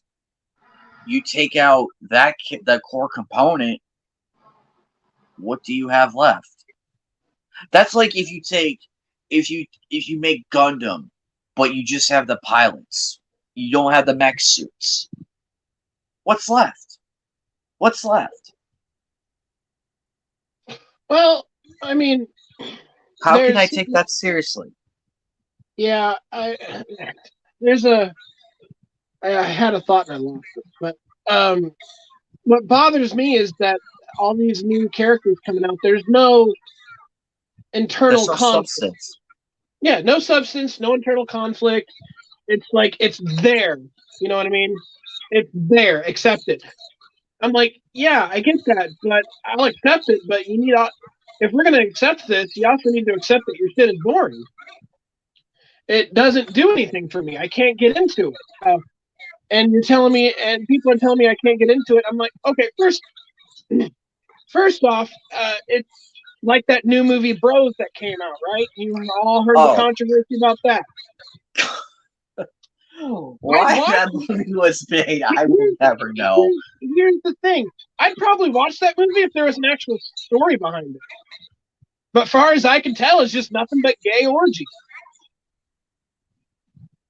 Precisely. I mean, it doesn't seem like there's any story, no substance to it. It seems like the movie was specifically put out there as like it's not for shock, you know what I mean, but for something else. It was like a test the waters film, you know, to see what was acceptable and what wasn't. Absolutely. They I felt like they just shoehorned that, and it's like, here you go, and it's like, what the hell is this? I mean, I get the concept. I get the concept of art and artwork, and I mean, you know, I watched the entire Nymphomaniac movies. I watched both director's cut, and I'll be completely honest with you, it's pornography, straight up. And but there was a story behind it, and it was a very artsy film. I mean, it was very artistic, very artsy. I liked the story, though the story was pretty sad and kind of disturbing. But I mean, but that movie had a lot more substance to it than just artistic porn. And I left the comment on Chrissy Mayr's post about it because she reviewed it, and she's like, it's nothing but gay orgy scenes, and I'm like, all right, if I wanted to see a gay orgy, there are plenty of websites out there with scenes 1,000 times better, you know, no context, excellent action, but I shit you not. If the story itself, if there's no story and it's gonna bore me, then what's the point, right? That's kind of why I like watching. A lot of people out there are so pissed off that there's not enough LGBT anime. All right, here's a good one. Wandering Sun. Perfect. Features a couple trans characters. Go for it. Then there's what else? There's Given. I've watched Given. Great anime. Loved it. Gravitation. Pretty good.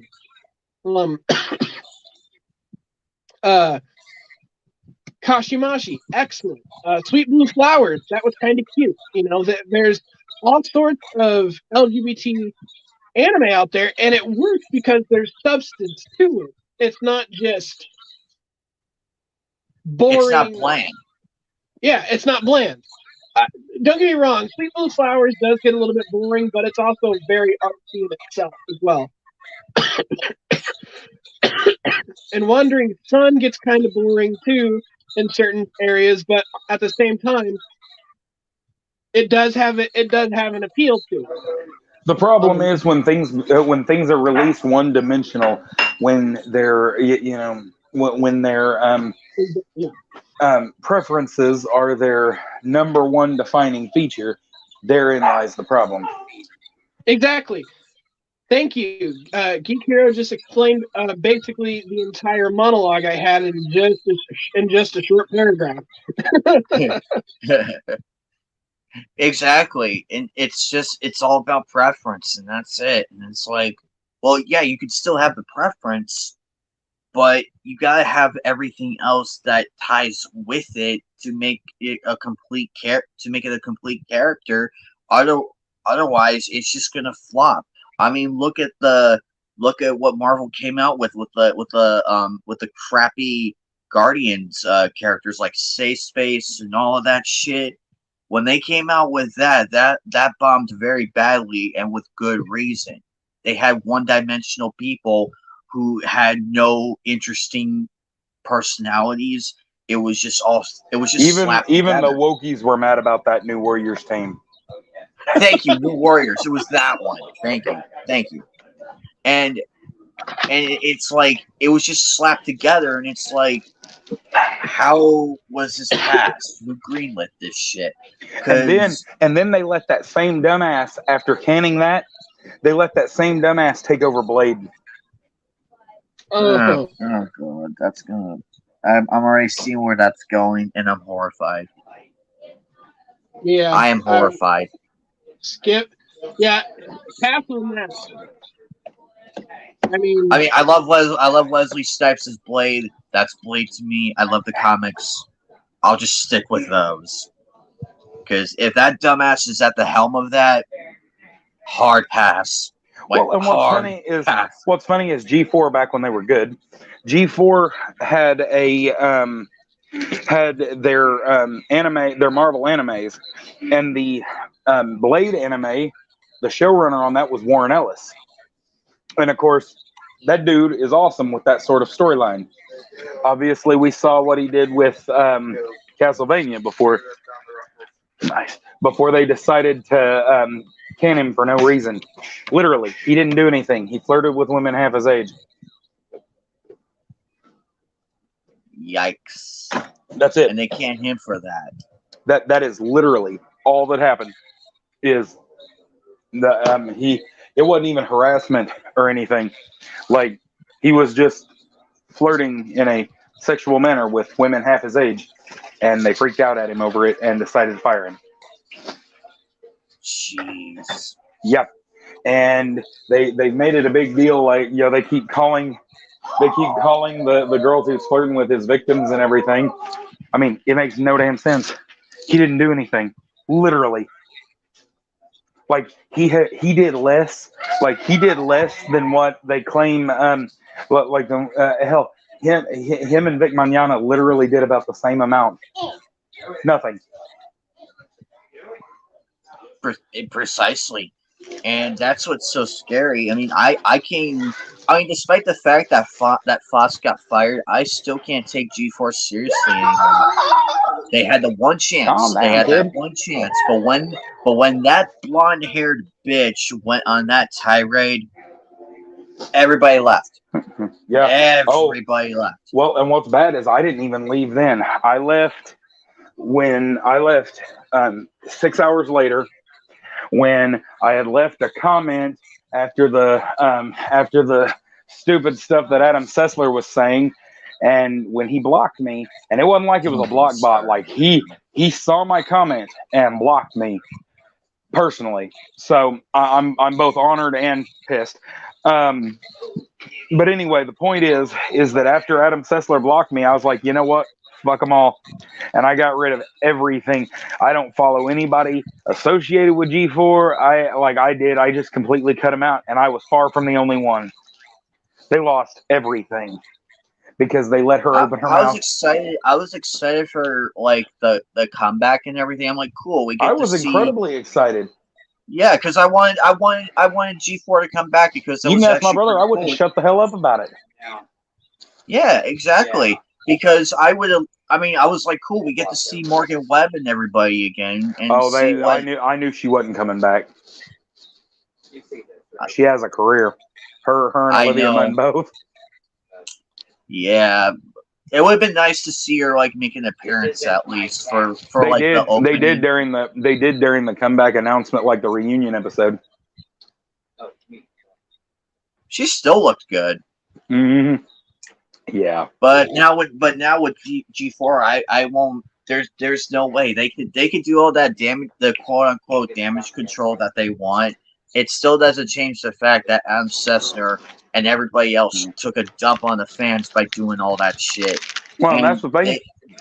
They Kevin Pereira left, and he stayed quiet through all of this because he actually has a career he wants to take care of, and then he leaves.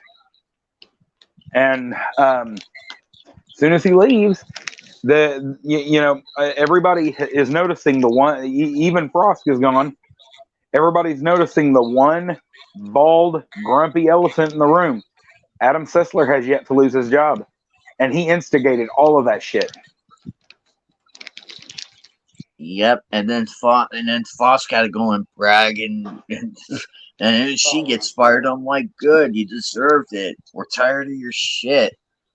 We want to bring it back and everything.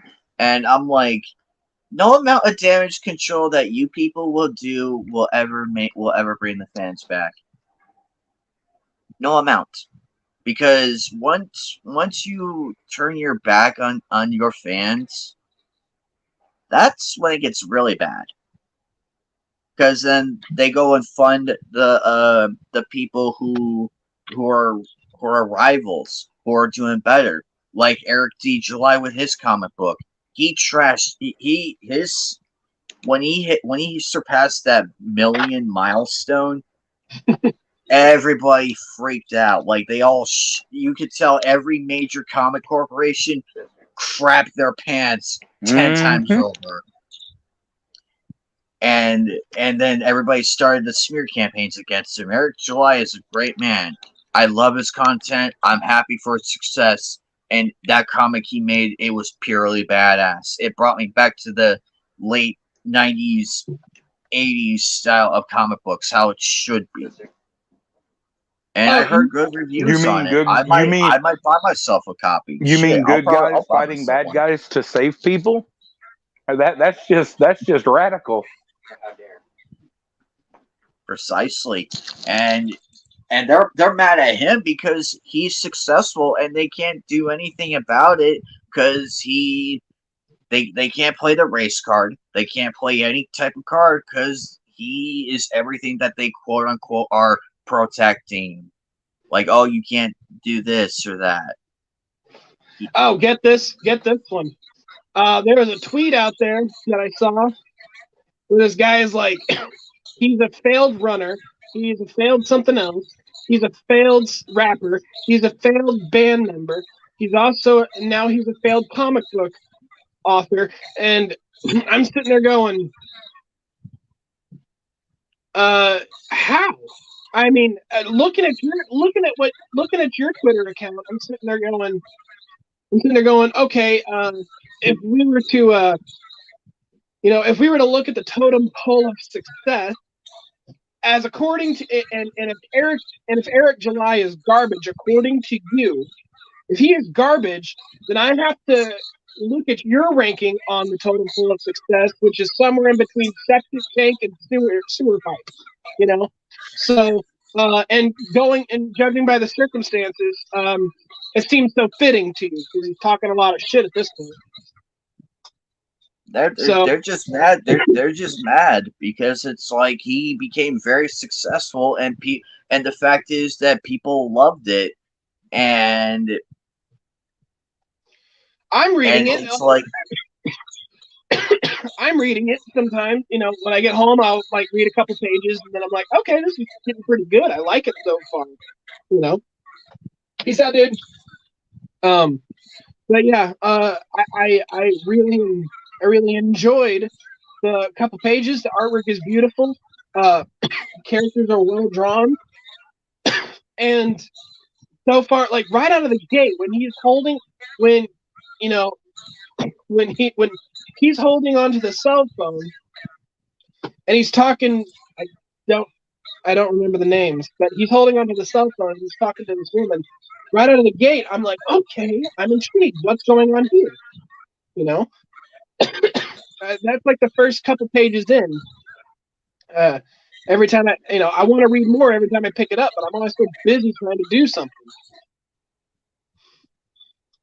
Exactly. That's kind of how I am with my writing at the moment too, and with reading other books. I just don't have the time to sit down and concentrate on something much, but I'm gonna get to it. It's in the stack. I'm gonna get to it. It's right at the top. Precisely, and that's why Eric July deserves all the success because he cares about the fans. He cares about how and he feels what we all feel, and he's like, here you go. Here's a comic book that me and my crew put together. What you think of it, and the crowdfunded behind it. There were people who believed in it, and if people believe in your project, you're gonna go places, and that's what happened with him. He had the right people, the right amount of time, the right amount of backup to help with it. And he built his audience over years. You know, it's not like he just jumped out the gate with no marketing or anything. He has built his audience. Then he has spent years getting everybody prepped and ready to do this, and then he releases it, and then he's delivering it. I mean, that's everything that needs to be done. And of course, if everybody likes this first one, they're going to be back for the second one, and so on and so forth. G'day, fans. Air conditioning on the cool units. If Eric July's a failure, sign me up. Introductions. David, this is Geek Hero Bubba. This is Fatal System Error. This is David. He was with me on the men's room on Friday night. Fatal. He is also an author as well. Ah. Well, I kind of figured because it says the author. Go ahead and go ahead and explain yourself, David. Go ahead. You have the floor. G'day.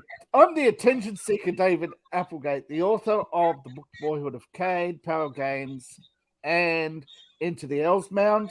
I have been self-published because of well over 20 rejections, and by rejections, they don't even send you a letter these days, all right? And I've been part of the men's room for quite a few years. I do mostly coffee and gaming with the Appalachian American on, I say, Saturday mornings, your time. But also lately been more and more on the also on the men's room. I've been an ongoing guest for many years. I've been a guest on many other YouTubes in the past. But you know, when things get, you know, when channels get big, you know, and comic books are you know, when comic books are now so popular, you know, they push authors to the side, you know. Yeah. But sorry, my radio's going off. I got a YouTube channel. I have started over, you know, rebranded. I'm still going to do the writing tips, but I'm going to interview people. And one of my interviewees coming up is Anime Night. I am available for Wednesday. I'm good for Wednesday. I got your email. Yep, Wednesday would be Thursday my time. So yeah. Well, I'm not gonna lie. Since you have a lot of Hi Lunar Nocturne. We're doing good. Well, David, since you have a lot of experience with you know, writing and stuff, I'm currently trying to write my own thing, so it'd be fun to, you know, learn some stuff as well. Yeah, well, one of the things I was gonna start with is world building, because without your world, you have nothing. Now, I'm not saying I know Eric July, but from what I understand, he spent years world building first. I believe this comic is used in the production. Yeah. Just that the subtle hints he's dropped for so long now.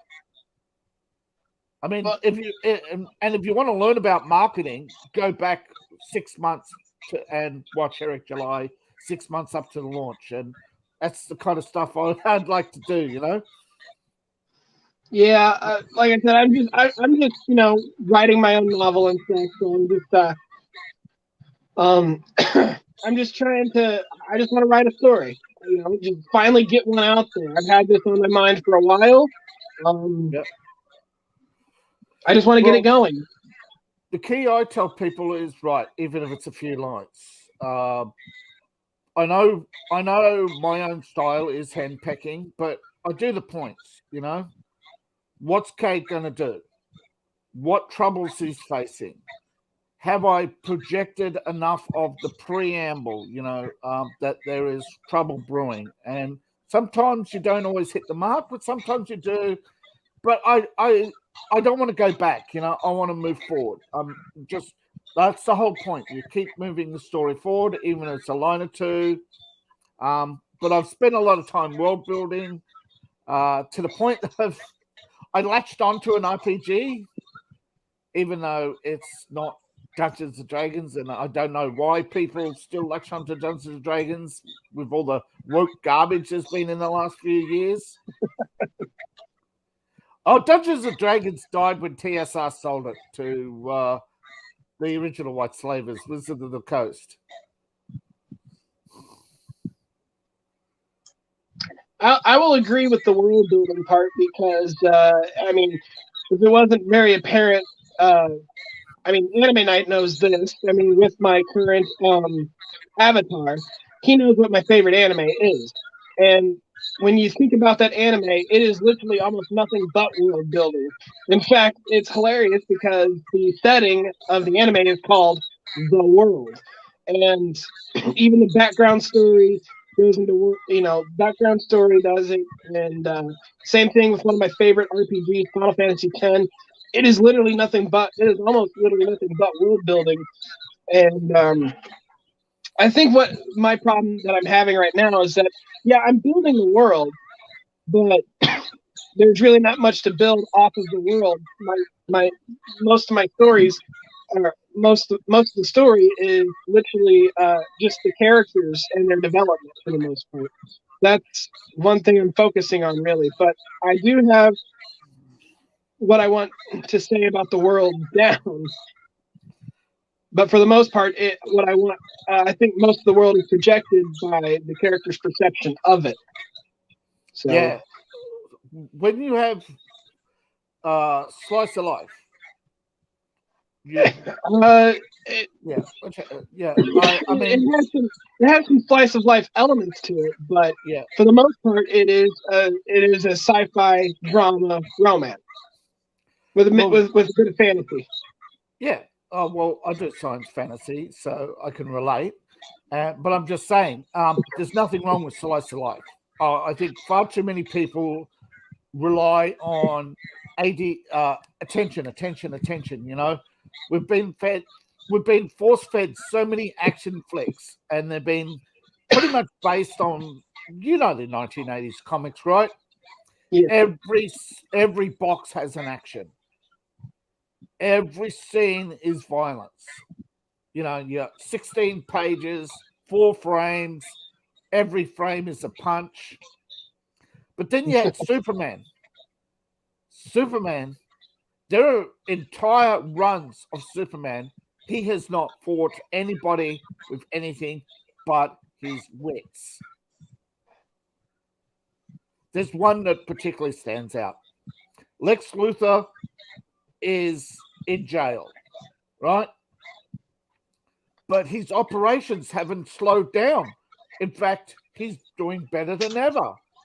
So he's gun smuggling, he's warmongering, all the crimes of the century going on.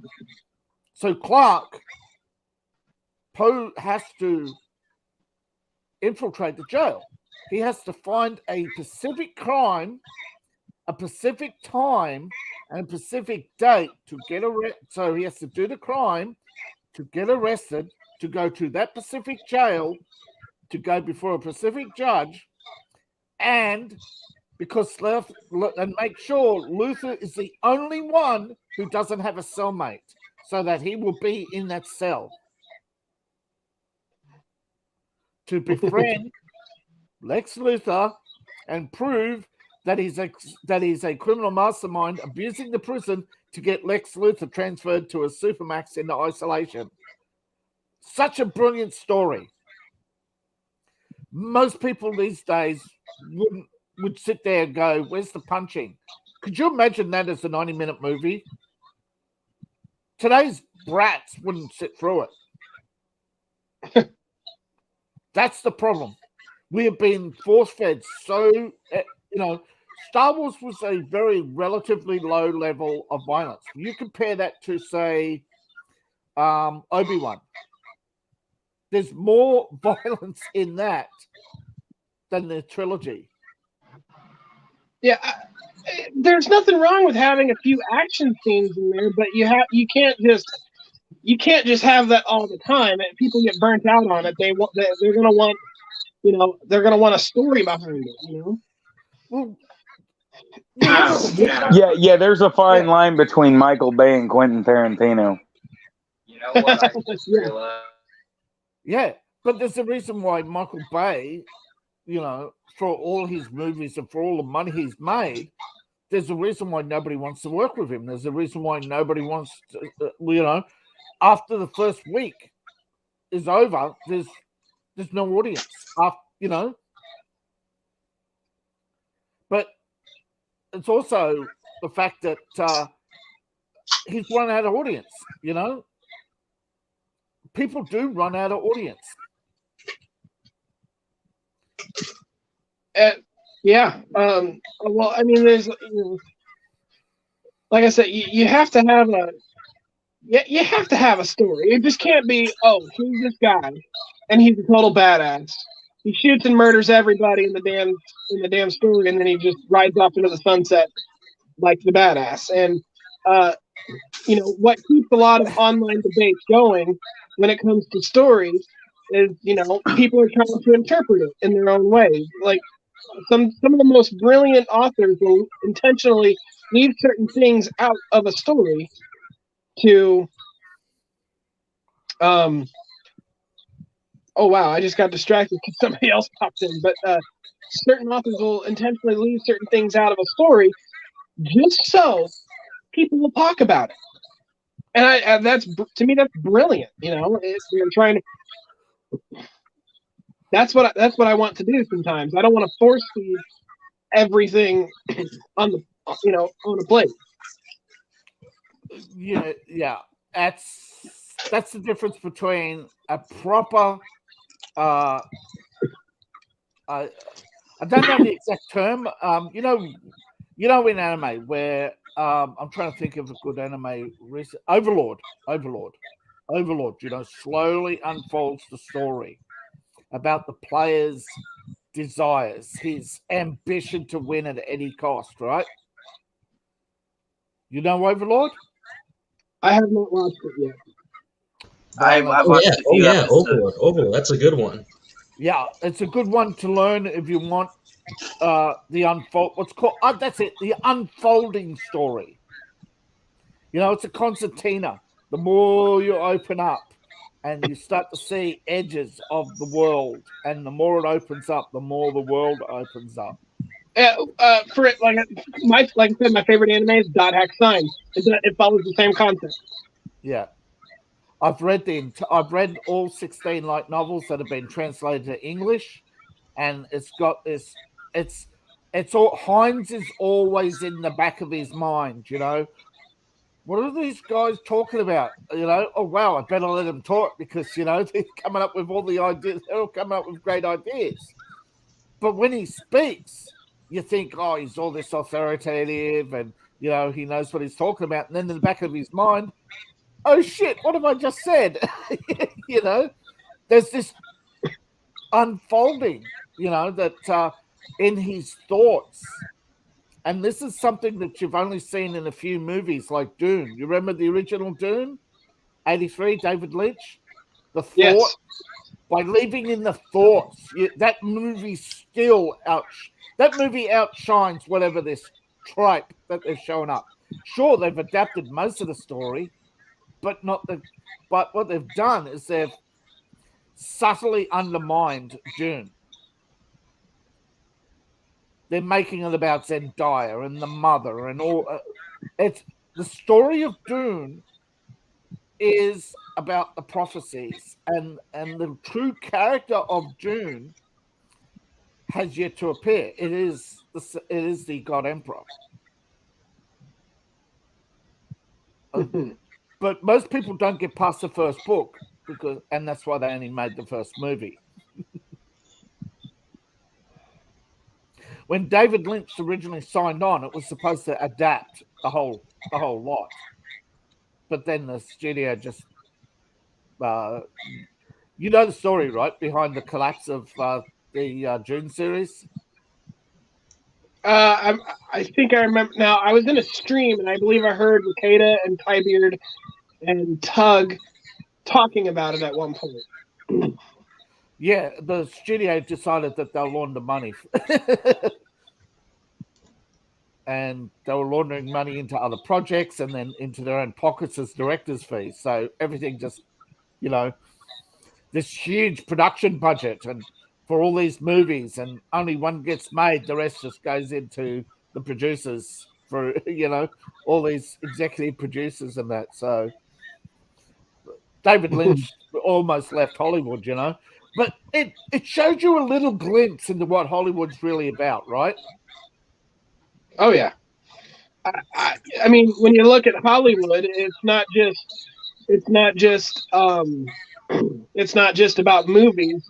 Look, if you remember the '80s, the whole glam metal scene, when that came out, it was no, we want power ballads. You need to sell out. You need to do this. You need to do that. Yeah. But for some reason, everybody wanted to recreate David Bowie. But what made David Bowie stood out because he was unique. I do like David Bowie. I do like David Bowie in Twin Peaks. Thank you for that. Exactly. It's like that, and all the fucking record companies, they did like a cookie cutter thing. And it's like, well, if one's good, then 100 is better. You fucking morons! And it's like ka-ching, ka-ching, ka-ching. And then, okay, hold on a sec. You're ripping off Dee Snider because he said those exact words in Heavy: The Story of Metal. Okay, so caught you in 4K. Yeah, I call it the linear thinking.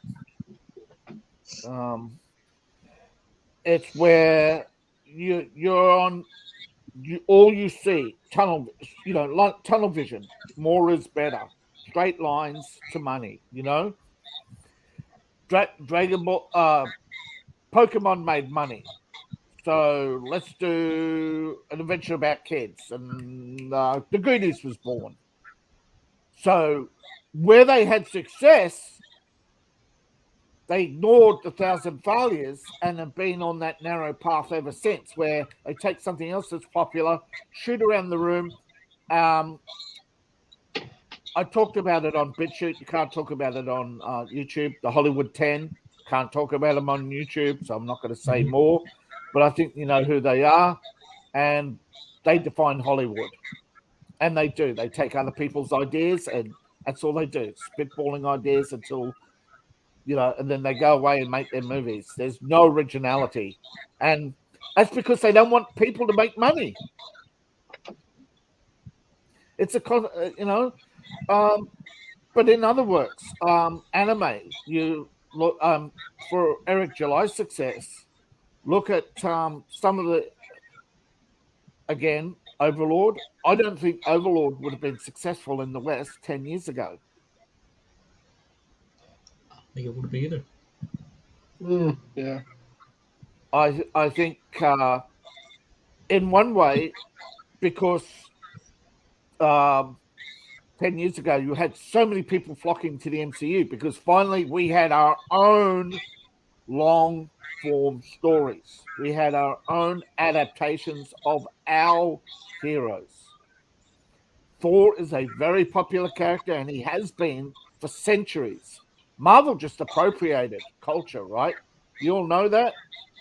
Virtually every character is either a Greek god or a Roman god, or Thor's the only one. There are a few that most of them they changed their names, right? Yeah. But Spider-Man, he's actually, he's a, Spider-Man's a Mexican god, right? Then of course there was also the African storyteller god Anansi. Yeah, but I'm saying in the original Marvel in the 30s and 40s, they adapted gods into characters. Oh yeah, there were there was some trial and error before they settled on what they settled on. Yeah, before they became the icons we knew or know. But the thing is, for as much as people know Stan Lee, they credit him with all these works that he didn't do. Well, he did a fair bit of it. Him and the artists that he worked with were responsible for morphing them into the icons that we know now. Yes. Well, the icons we knew in the 80s and 90s, because they have morphed since then. Well, I mean, yes, but I've but blocked a lot of that out mentally. yeah, but if you look at the top 3 characters, Batman, brilliant hero. Spider-Man, brilliant hero. Now, Batman is an original character, unlike Spider-Man, who's adapted from the Spider-God. But Madam Web is more. But the thing is, the original Spider-God, I believe, was a woman, and she spat venom. So, and I think she weaved the webs out of her hands, so that part was right, but she spat venom, I think. But Steve Ditko did a very good job with the original Spider-Man. To this day, Spider-Man first run is still one of the most popular comics of all time. They sell more back issues than they do new editions. Marvel makes money off its back catalog. It doesn't make money off its new editions. You can go. One of the things you go out and you look at the quality of the Chromebook Batmans, but you notice something. They're all old stories.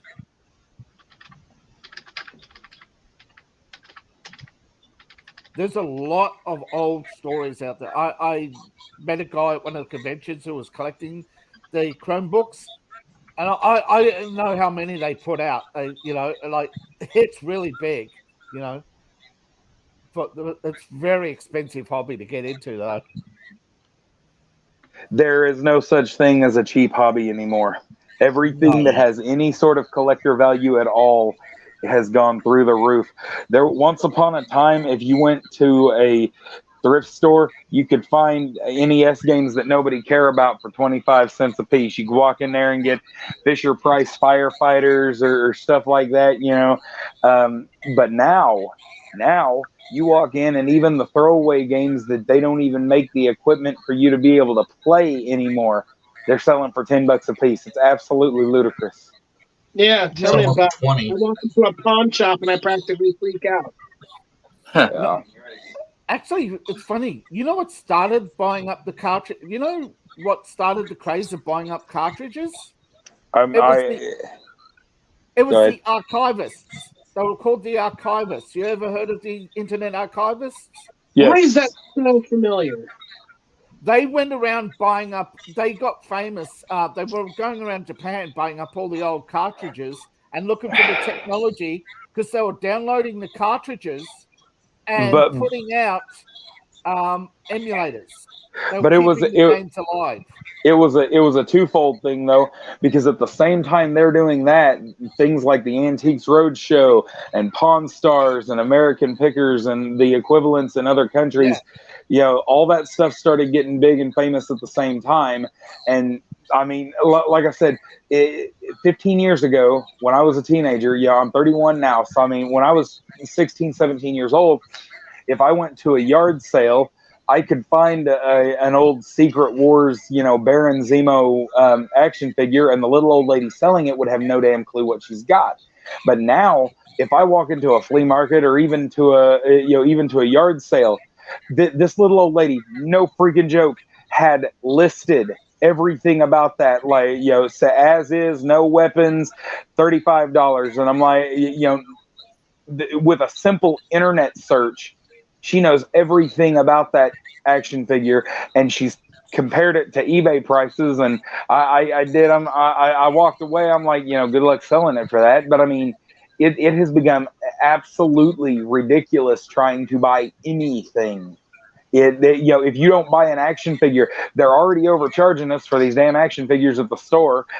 But if you miss them in the store for $25, like in my area, they're $25 a piece. If you miss them there, you're going to be paying $45 at least online for them the next freaking day. Oh, there are people who go to Target and Oh yeah, scalpers. Oh yeah, scalpers those scummy earth. Scalpers. Oh, no, but scum of the don't- earth. the scalpers, they go to work at Target, and as the stuff's coming in, they're setting aside 3/4 of the boxes Yeah. for them and their mates. That should be illegal. Well, the problem is, and the reason why I don't want it to be illegal is because I don't want the government telling me I can only buy a certain amount of this and that, you know. But on the same token, Target's already doing it. well, okay, but they're the private corporation. They're allowed to do that. I don't want the government telling me that. There's a difference. You know, Yeah.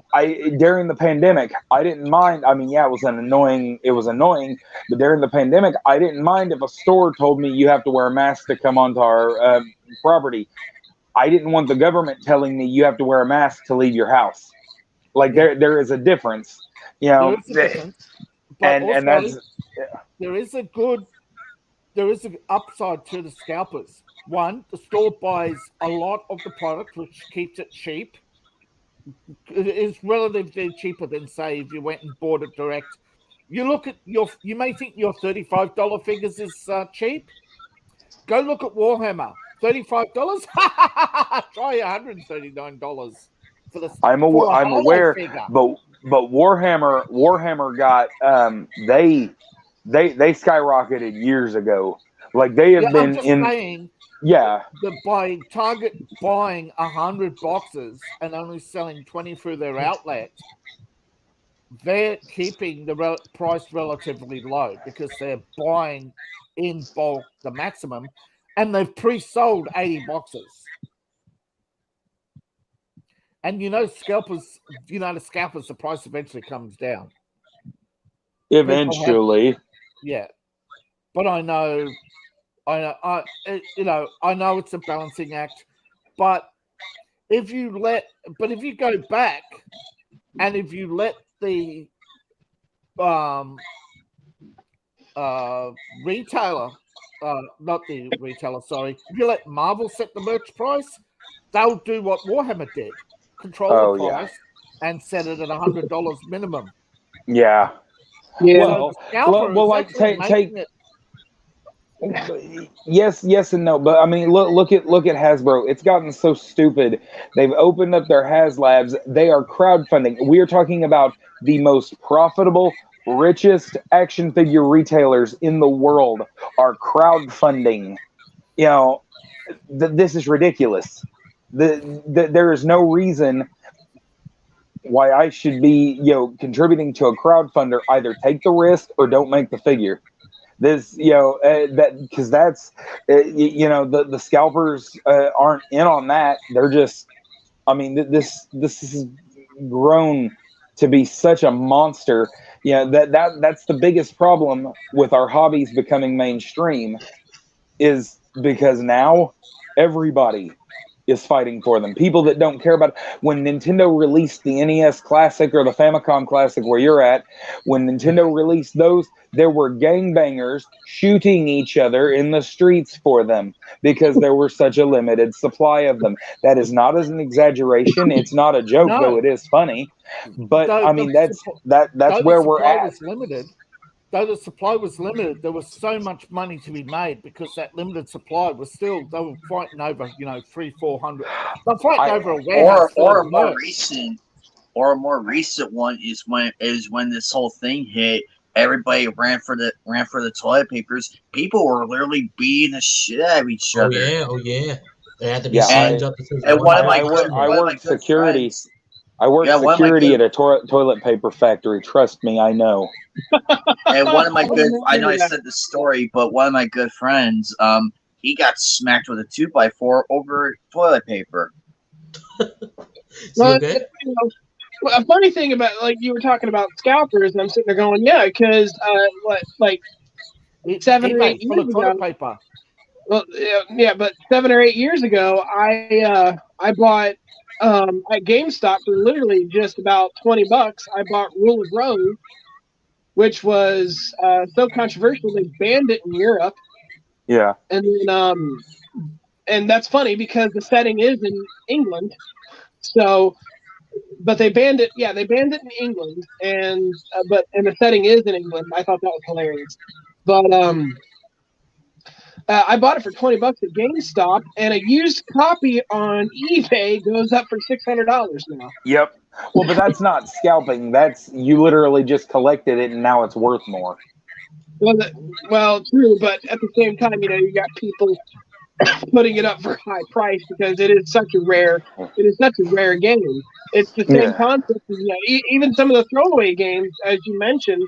Like, I go to a pawn shop now, even the throwaway games are $10-15 for a PlayStation 2 game, and I'm sitting there going, this thing is worthless. I mean, it's not fun. Yeah, you can't even play some of them. Like, they don't even have the.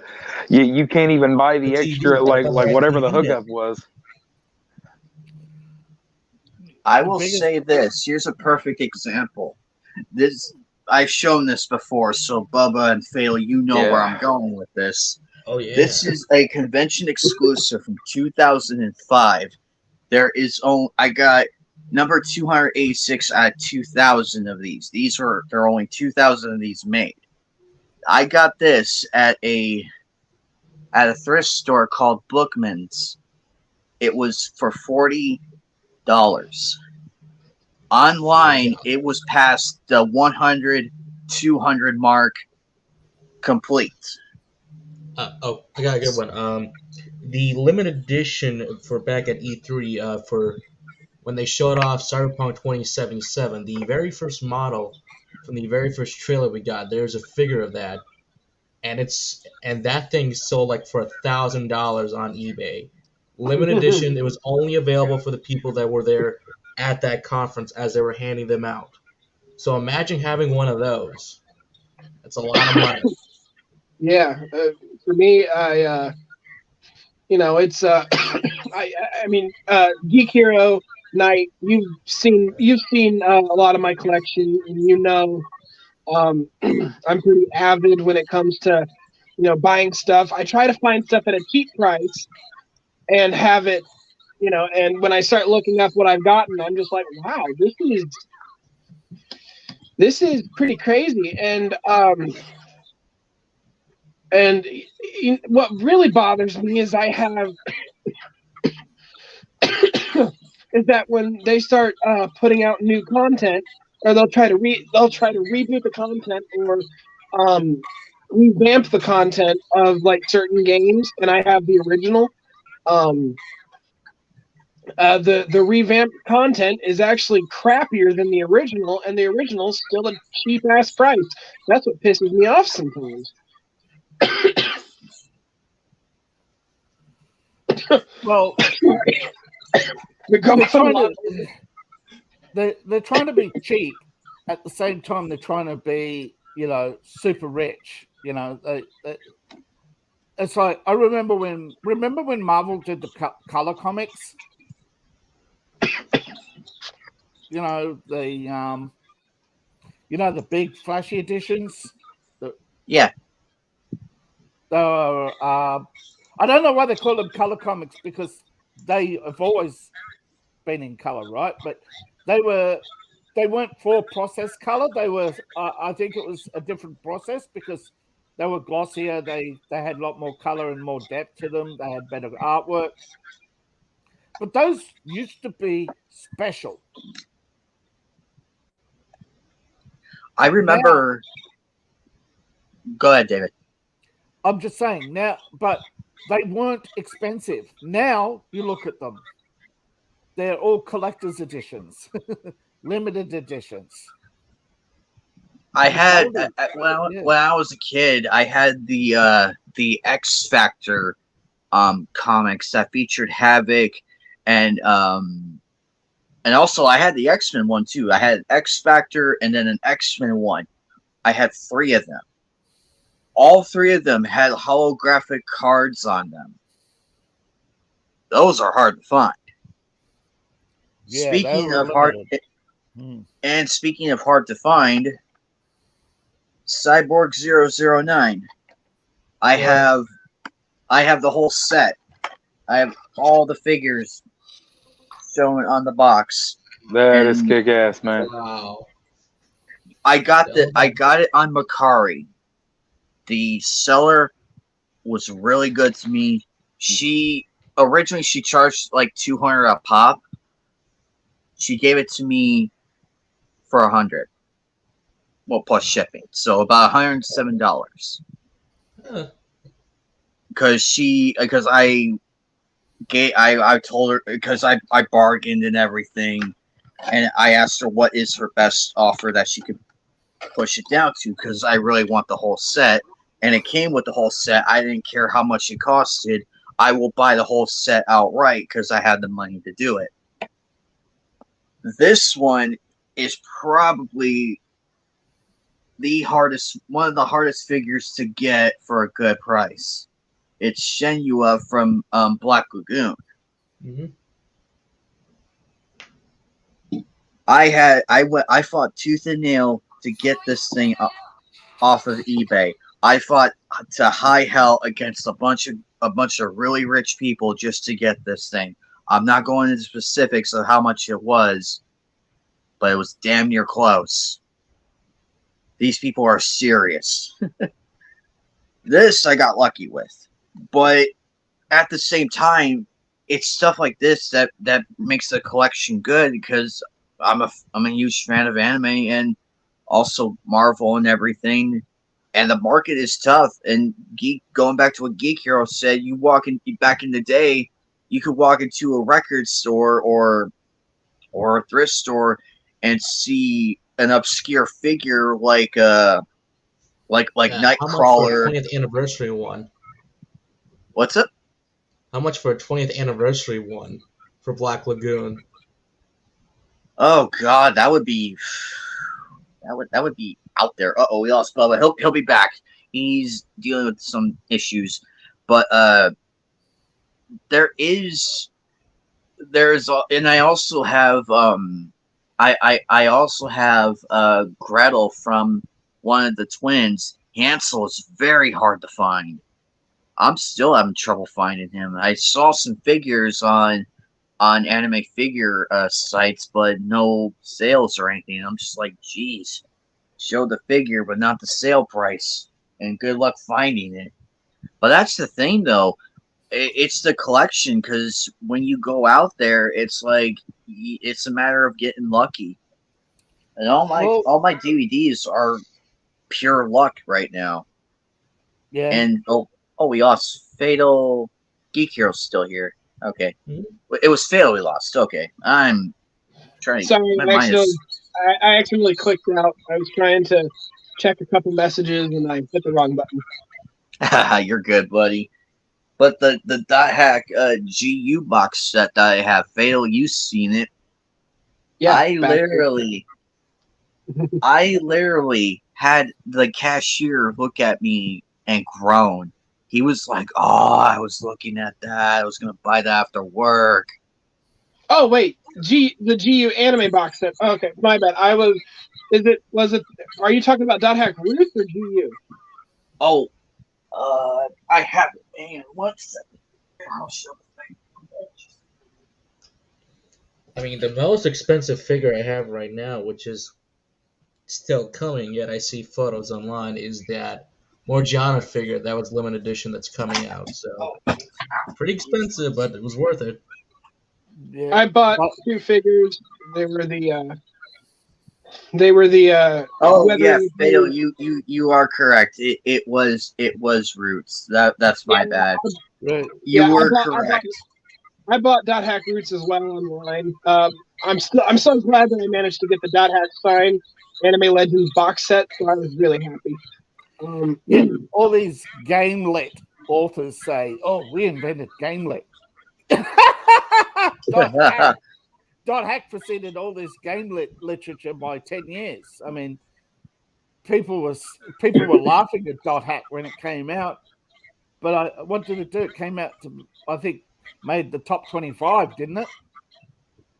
It's my favorite anime, so I mean, it made it up there. It made it up there, up to the I want to say the top 25. I'll say that it made it up there. Yeah. And for anybody who doesn't know anime figures, if you're in the top 25, that means you've done over 50 million. You also have to look at Dot Hack's expanded media. You have the 4-episode Speaking of OVA that came with the games. You have Dot Hack Roots, which is the prequel to Dot Hack GU. You've Yeah, had the Dot Hack original Sun, anime, which which is is the the first prequel thing we ever to got. the 4 Dot Hack games, and then you've had oh come on, what is it? I'm trying to think You have the here. CGI films. Sekai no Muko ni. You Then you talk had about the OVA. You talk You have about the manga, OVA, light the novels. DVDs, the DVD specials, the games, the Dot Hack booklets, the short novels. Yeah, there's a lot. yeah, and then you've had Dot Hack Quantum, which I don't like very much. You've also had come on, what you've had the manga Legend of the Twilight Bracelet. Then you've had the anime, and then Dot Hack and then Quantum you had have an all anime. these Dot Hack spin-offs. had there were 3 animes, weren't there? There's Dot Hack. It was Linearity. Dot Hack Roots, Dot Hack GU, Dot Hack Legend of the Twilight, Dot Hack missing Link, one. You're missing and Quantum. He's skipped Quantum. yeah, you're missing one. Dot Hack Liminality, which came with the Liminality. Thank you, and Quantum, if you want to count that. Well, don't That's forget a side Sekai story. no Muko ni, which is the CG film that came out. Yeah. By the way, guys, this one is probably one of my prized possessions. I am Neverland. I would never let this go. Anime Night, if you end up getting a Lady Subaru figure, I will love you forever. See, I love Speaking how of which, Fatal, you just reminded me. I love the American media. I love the American media copium. You know, whenever they talk about the top movies of all time, they always leave out.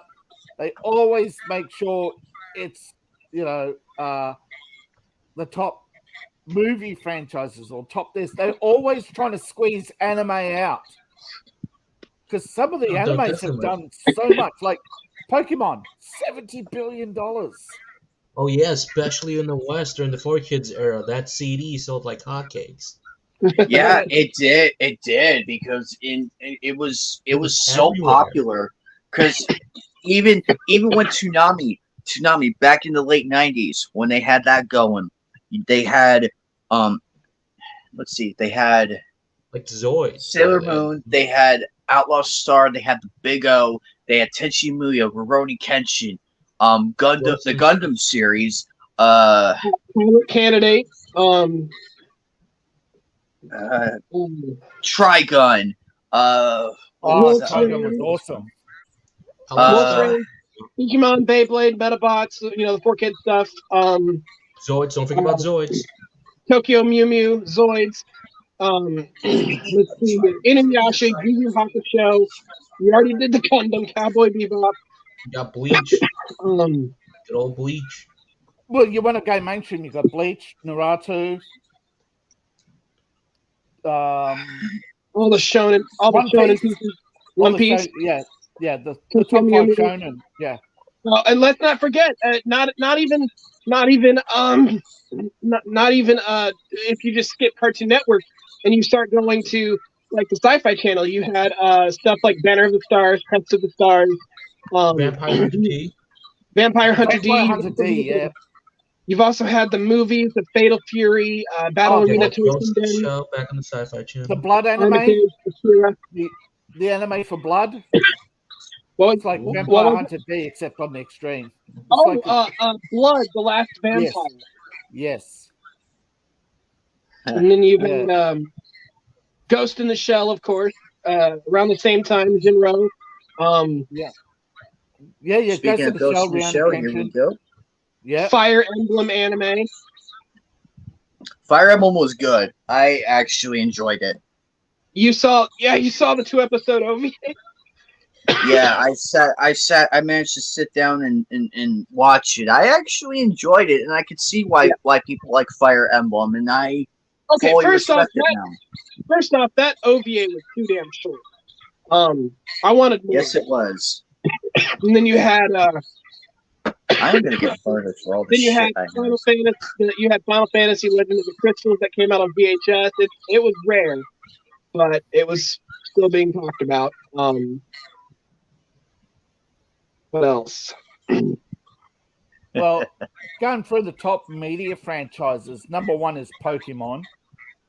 I Hello don't think Kitty, nothing will two. ever touch. Nothing's gonna knock Pokemon off the pedestal. It's up. I mean, Digimon came close second, but when You know when I said when Pokemon did 70 billion, they're now up to 118 billion. So yeah, Hello Kitty 88 billion.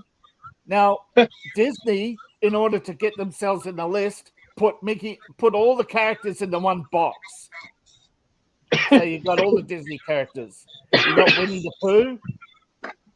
Now Star Wars is in the top. So Yeah. but under that you have Mario, and then you have Amper Man, which is practically unheard of in the West.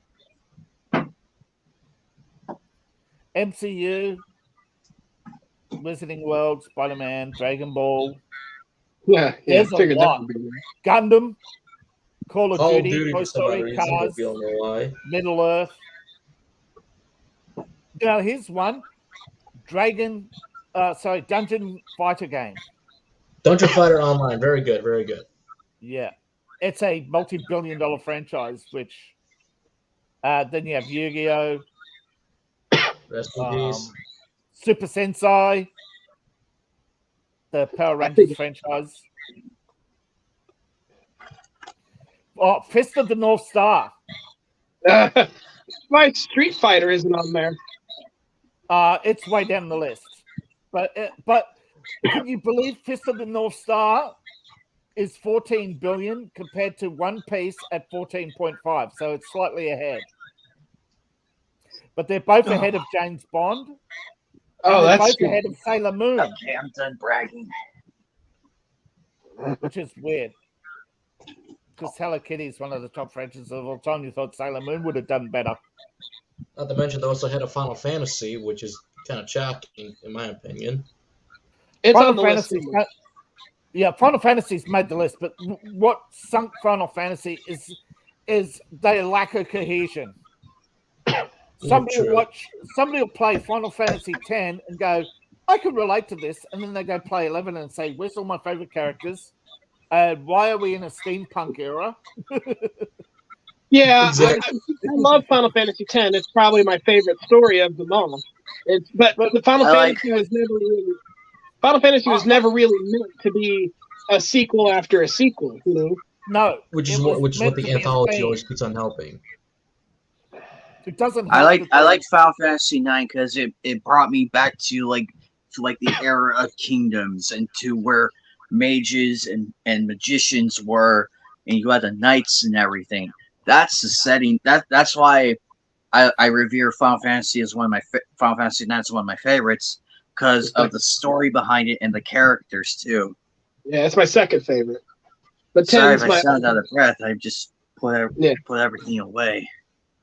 Speaking of which, Phil, I am probably gonna get murdered for half of my shit. So yeah, better put it all back in. I'll just buy Subaru figure on my own. Here, geeks. Here's geeks. Here's what I got. Please don't murder me, because. But I am probably gonna head to the when I go to the collector's market. I'll try to get a video from their festival if I can. I'm pretty sure they won't mind it because it worked last time. So hopefully, with everything now that everything's all sorted, because it was a giant mess when I got there. There was like boxes everywhere. It was kind of hard to navigate, and I'm like trying to like carefully maneuver in the store. So hopefully, with that out of the way, it'll make for an easier time. But it's pretty amazing when you witness like the humble beginnings of like a show or series, and then you fast forward like 20-30 years later and it's like gotten so big and everything. It's like, wow. I'm glad Dot Hack didn't get so big. Thank God. I mean, it expanded quite a bit, but I'm just glad it didn't reach. I'm just glad it stayed to like a niche audience and did not like a mega franchise. Yeah, like What was to hear that? that.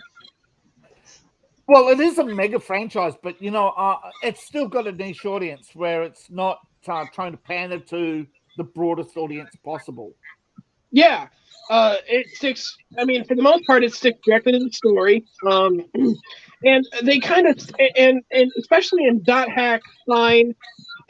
One thing I really enjoyed about Dot Hack Sign, Dot Hack Liminality, and the Dot Hack video, the first 4 video games, was that it stuck to a specific theme. There was a constant reoccurring theme that kept playing a part in almost each episode and each game and each story, and they did that, but it completely changed.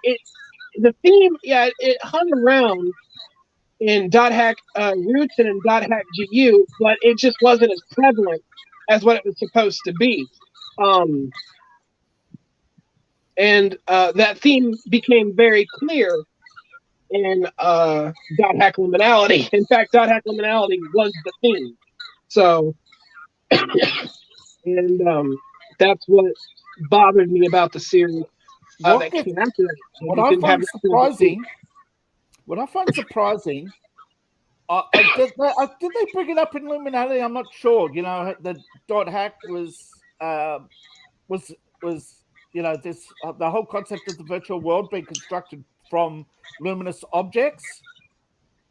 That's actually the theme behind what's called M8. You know, Matrix 8. There's only 8 dimensions. The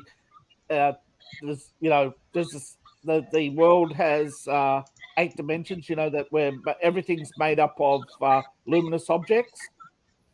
It's amazing. Some of the themes in Dot Hack are now coming out in real science, in quantum physics.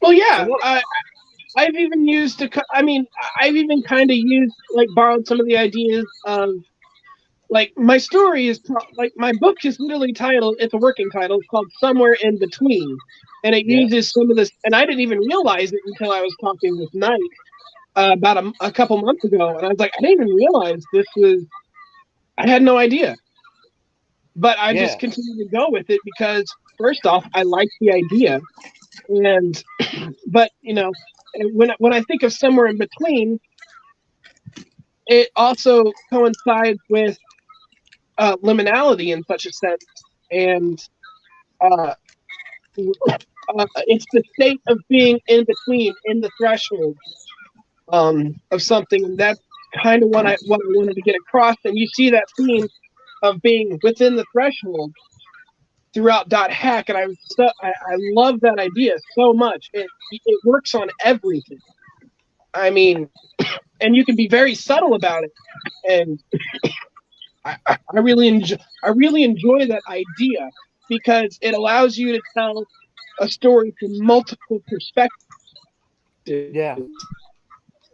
Personally, I find it offensive that people go pay $20 to see a movie, but they get upset over a $5 book, and even more, they missing out on better material, because they want that instant hit. There is so much. I think there's so much more gratification. I'm not talking about I'm not saying that there aren't long stories in the West, but that long story that's giving you the world as a character. Yeah. When it comes to I do that in my own story, the world is a character. It may not be as big as a character in some other stories, but even in Gundam, you look at Gundam, the whole conflicts in Gundam, they're caught in that world of, they've trapped themselves in that bubble, in that world where they have no option but fighting over resources, Yeah.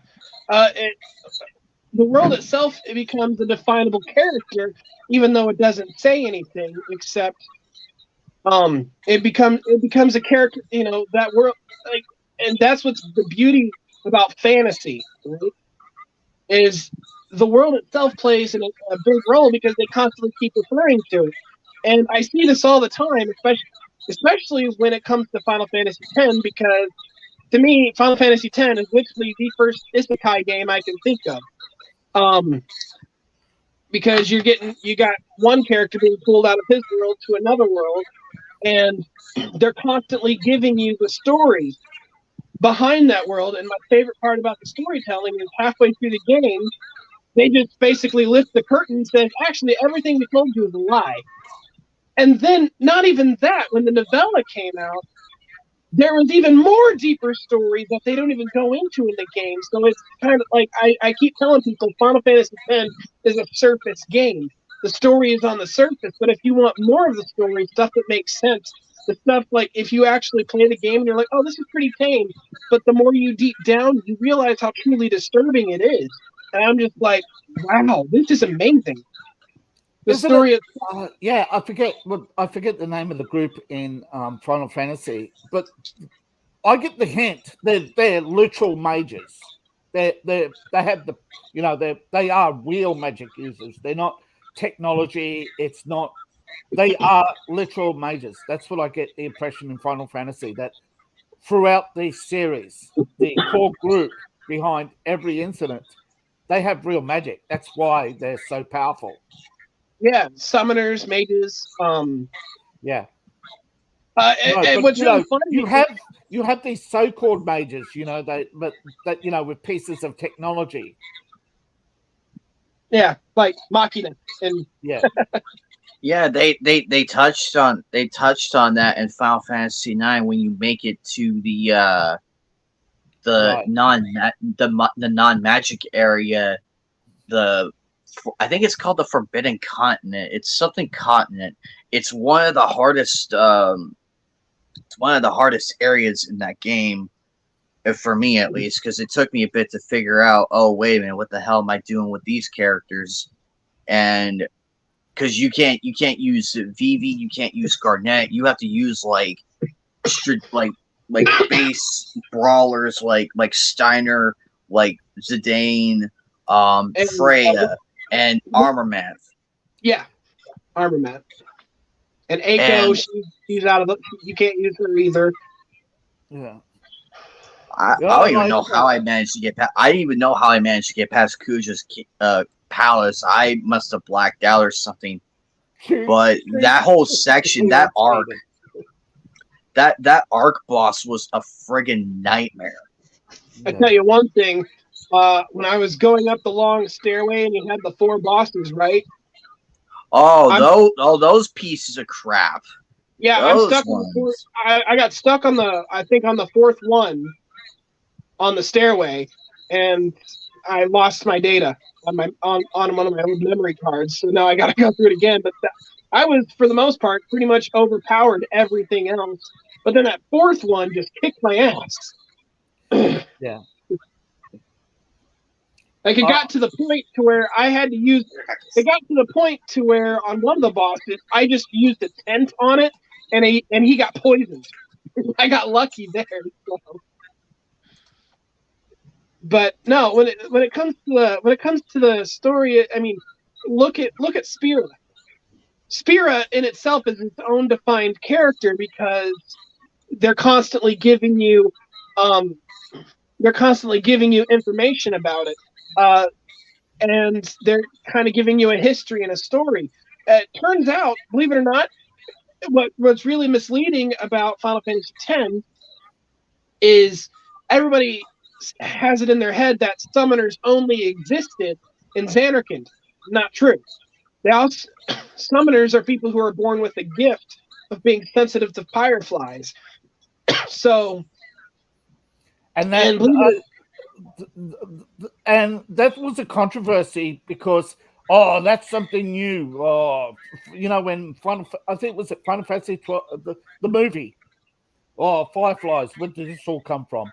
People who often criticize Final Fantasy, I don't think they played many of the games. I think they only played, the couple ones on PlayStation. 7, 8, 9. Well, mostly the one. I think they don't know that Final Fantasy actually involves fantasy and magic. Yeah. Well, I mean, what I really enjoyed about Final Fantasy X is, they imply that the summoners, believe it or not, are actually far more powerful than they let on.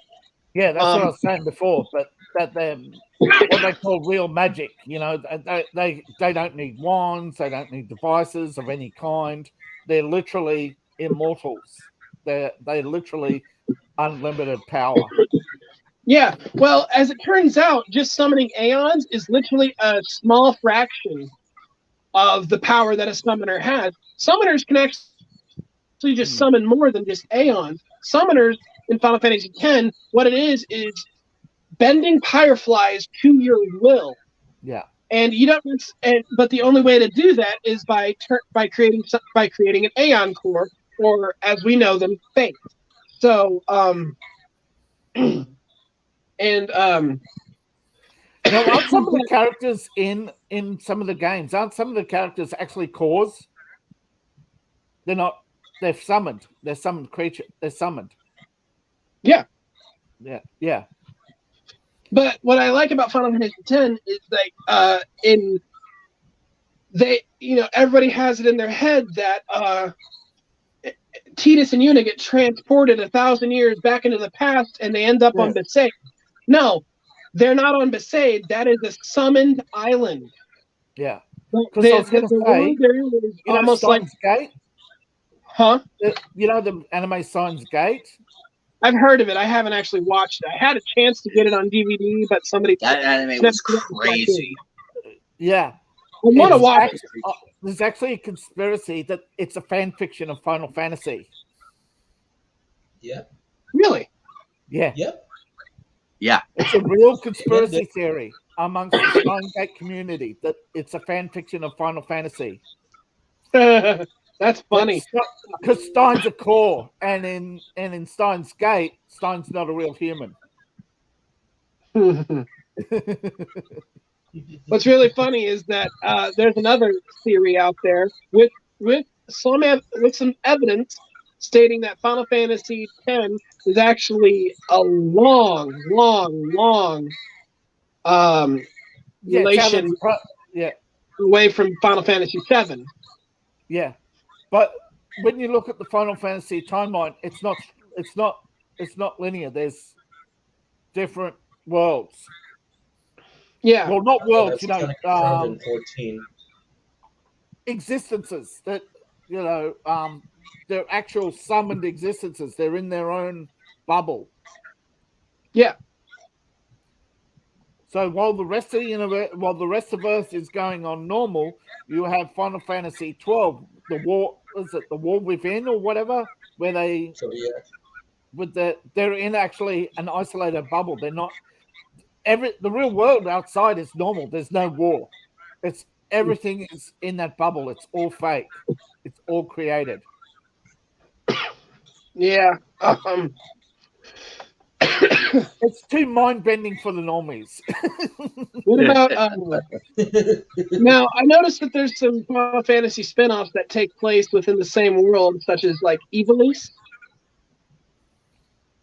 Yeah, there are side quests, as they call them, where there's entire storylines, and also Final Fantasy Legacy, which I think is the old comics that are no longer in print. They're no longer in print, but they're still canon.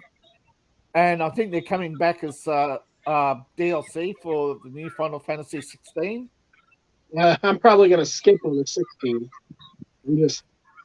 Well, what is it? What is it with Final Fantasy? Some people like the evens and some people like the odds. It kind of depends on what you. No, I do see that too.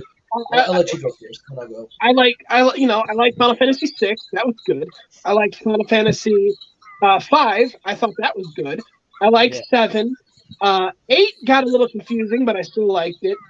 I think the only mechanism I hated about it was the enemies level up with you. I agree with you on that part. That was a bullshit mechanic. That was a mechanic very popular in the 90s. I shit you not. Final Fantasy 9, I really enjoyed. Final Fantasy 10 was my favorite. Final Fantasy 12. Which one was 12 again? Strangely enough, I might be like the only one who likes 13 a lot. Final Fantasy 12, I did not consider a Final Fantasy game. I considered it a direct ripoff of Star Wars, and Final Fantasy has so many Star Wars references, in every. But it's not just Star Wars. It's self-referential too. But to me, it felt like literally Final Fantasy 12 ripped off Star Wars, like straight up. But I mean, you've got Balthier, literally Han Solo. Thrawn is the sexy Chewie. Ash is Leia. Pinello is R2D2. Vaughn is C3PO. I don't remember what Bosch was considered as, but I mean, you had the comparison was actually pretty funny. Well, yeah, you had the Empire. They even called the enemy the Empire. Yeah, and then you had, Final Fantasy 13. A lot of people hated it. I actually enjoyed it. Same here. I enjoyed it too. Well, 14 1.0, pretty bad launch. What is now is actually pretty great now, actually. I enjoyed 15, but I still feel like they really slided us on it. 15 is. We're never gonna see the original version. I would love to see the original version of one of these. Versus 13. I agree. Yeah, versus 13. That would have been amazing. People were warned, but I think that a lot of people didn't read the preamble. When 15 was released, you were told this is actually a prequel to 15. The first year of 15 is all prequel. Everything you do, it's all, people thought, we're just testing the system. No. When the final event of 15 occurred, the final event of the first season occurred, that was the great catastrophe, was to wipe out everything. They were warned. They didn't take the warning. They didn't listen. The creators did live streams and everything. And they specifically said they're not making a standalone and it's not coming back. I don't believe that. Square Enix will eventually have to do something because I think the demand's there. They didn't finish. I mean, they didn't even finish. They didn't finish the catastrophe wiped everything out, and then they started again, and then now it's just 16. Yeah, now we're on 16, which is done by the 14 team, which makes more sense, but it's going to be interesting if they ever go back to 15. Yeah, I think they should have done it as a standalone. Now in Final Fantasy 15, did they not wipe everything out, or are we talking about? Yeah, that's what I'm saying. The final event wipes everything out. It doesn't matter how many quests you completed or not completed, or if you want to go back and do stuff. There's no going back. It's boom, all gone, wiped out. It's now Final Fantasy 16. The online one, which they had Ifrit, just destroy everything, and then a Realm Reborn starts. So, yeah, I must have missed something at Final Fantasy 15 because. Oh, people missed everything. There was so much content. Nobody could have finished it. I tried going into 15, but I'm just sitting there thinking like, Noctis sacrifices himself to bring light back to the world. What the heck's the problem? And then you do the DLCs. They at least expand a bit more. Then Hajime Tabata left, so that's why they canceled the DLC. So. If you want to find out, you got to read the light novel, which explains more, thankfully, but also shows you concept of what could have happened. I'm like, oh, man. Huh.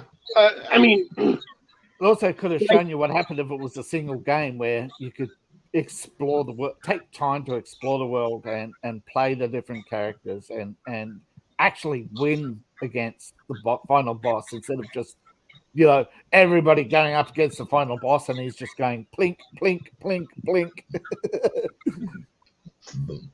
But again, it shows you the true power of the core. Yeah. Where Well, you can just summon a Dark Order, just go cloud, and it just like whoosh. I'm just trying to figure out, like, because 15 story, right? You got Noctis versus Arden. Trying to figure out where everything got wiped out, but then you said there was a continuation in the light novel? There's a continuation within the light novel. This is basically this is the rest of the DLC that you get with it. So what would have happened? You got basically like Arnea, Luna, and Noctis' stories all in there. So basically, at the end of it all, they do. God, what's that? Okay, what was one of the summons again? It's been a while. You had Titan, you had Rama, Leviathan, Bahamut, Ifrit. Bismarck's not a summon, but he shows up. Come on, think. You got a better memory than me. I can barely remember the storylines, and I admit I haven't played them all.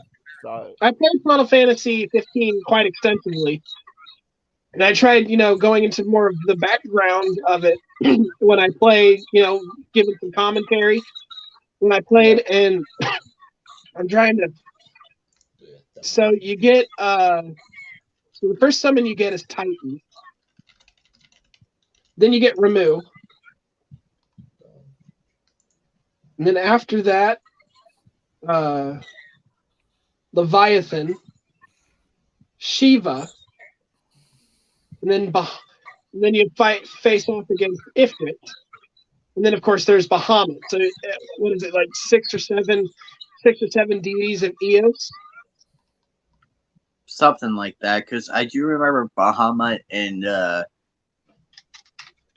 there's also Shiva and a bunch of others, and there was two eco summons too, if you want to count those as well, like Medine and Feneri, where it's the wolf howling at the moon, and there's like a giant fist coming out of the ground that launches them sky high. I don't remember that.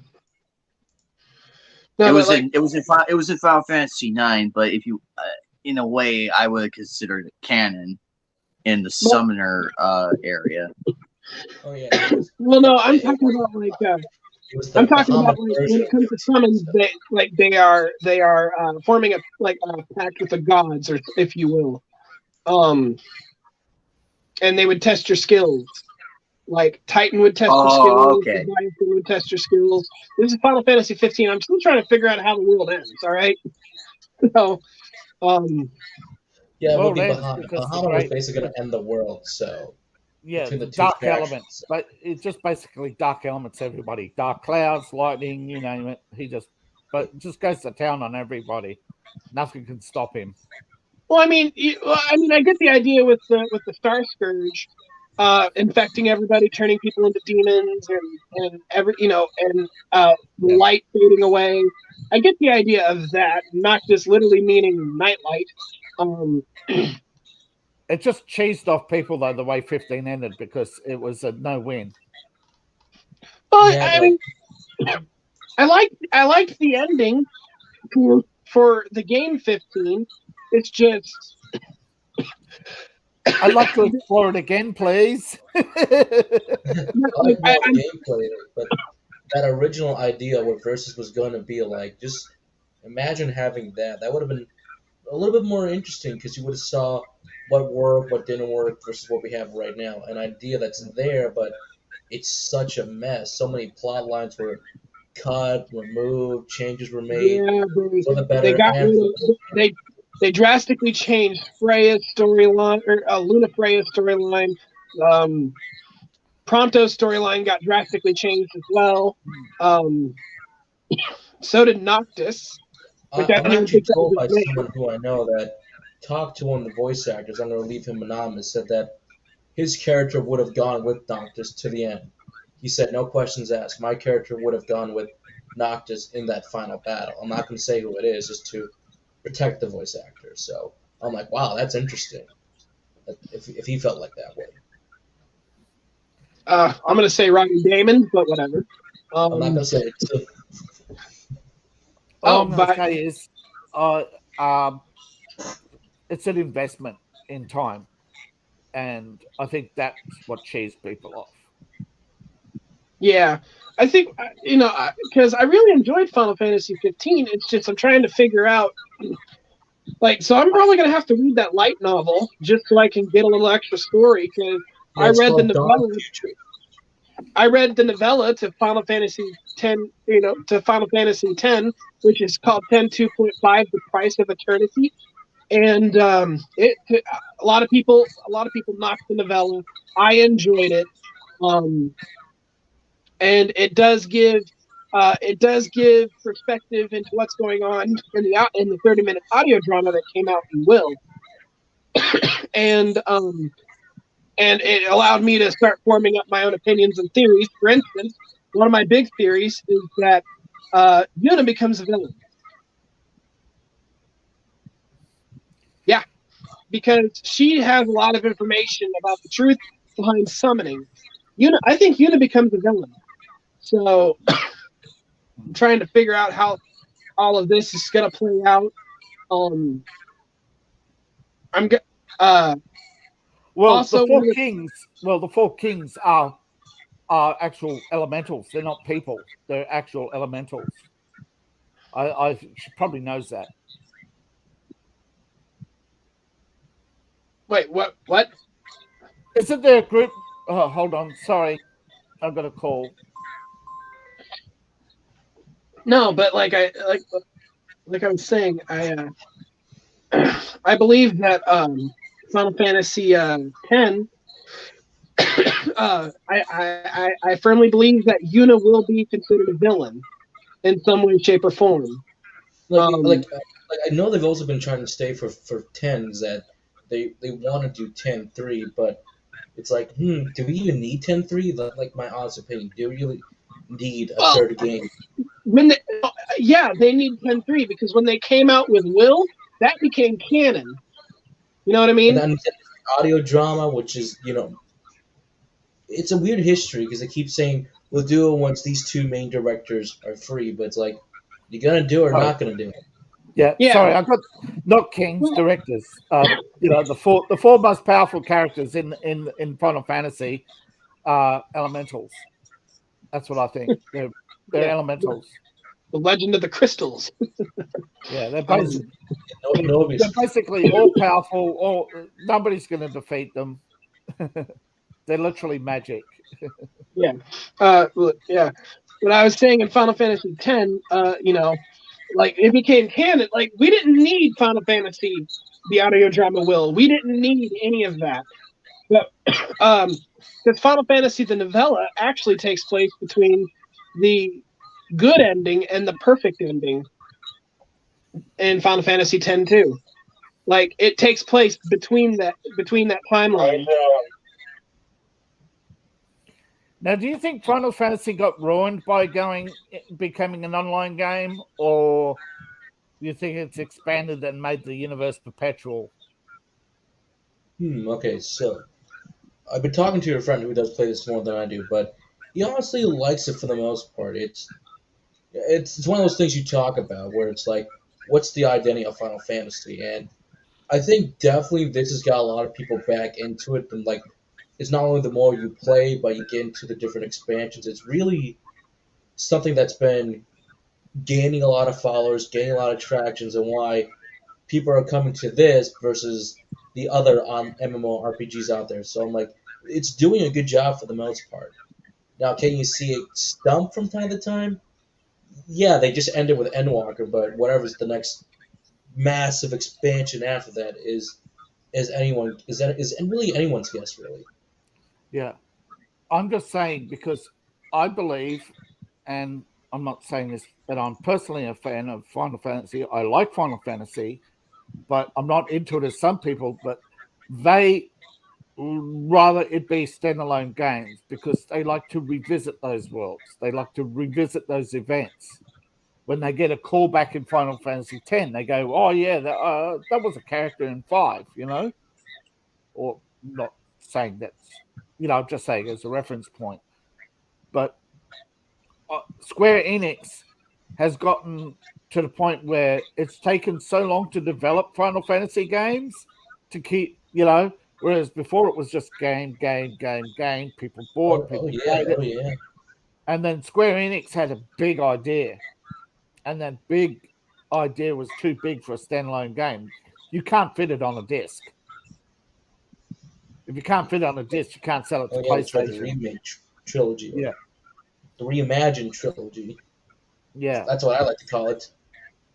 Alrighty. Hey guys, I'm gonna bow out of here for the night. Alrighty. All right. Oh, David had a question for you, Fatal. What's up? Yeah. Okay. I put my Facebook and YouTube in the chat, and I'm, as you know, I'm doing interviews. So if you like to, sub to the channel, contact me for YouTube. We'll arrange a interview on my channel.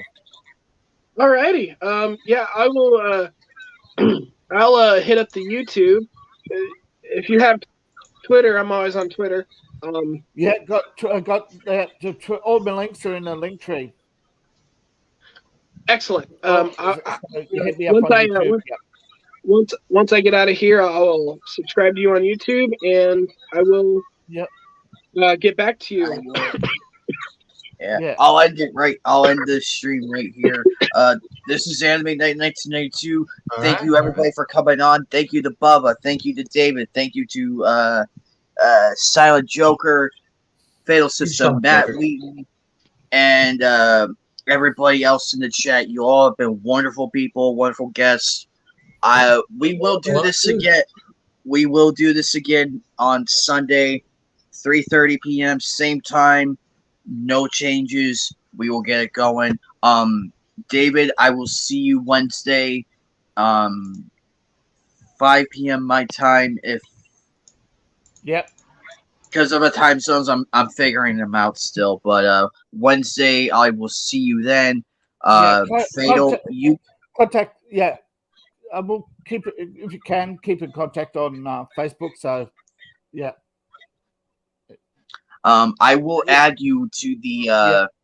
I have a Twitch chat. I mean, not a Twitch chat. Jesus Christ! I have a Twitter group chat in the messages. I will add you to that soon, so Fatal can talk with you further on that. Right. Fatal, I know you have to go, buddy. Thank you for taking the time to stop by. We will do this again.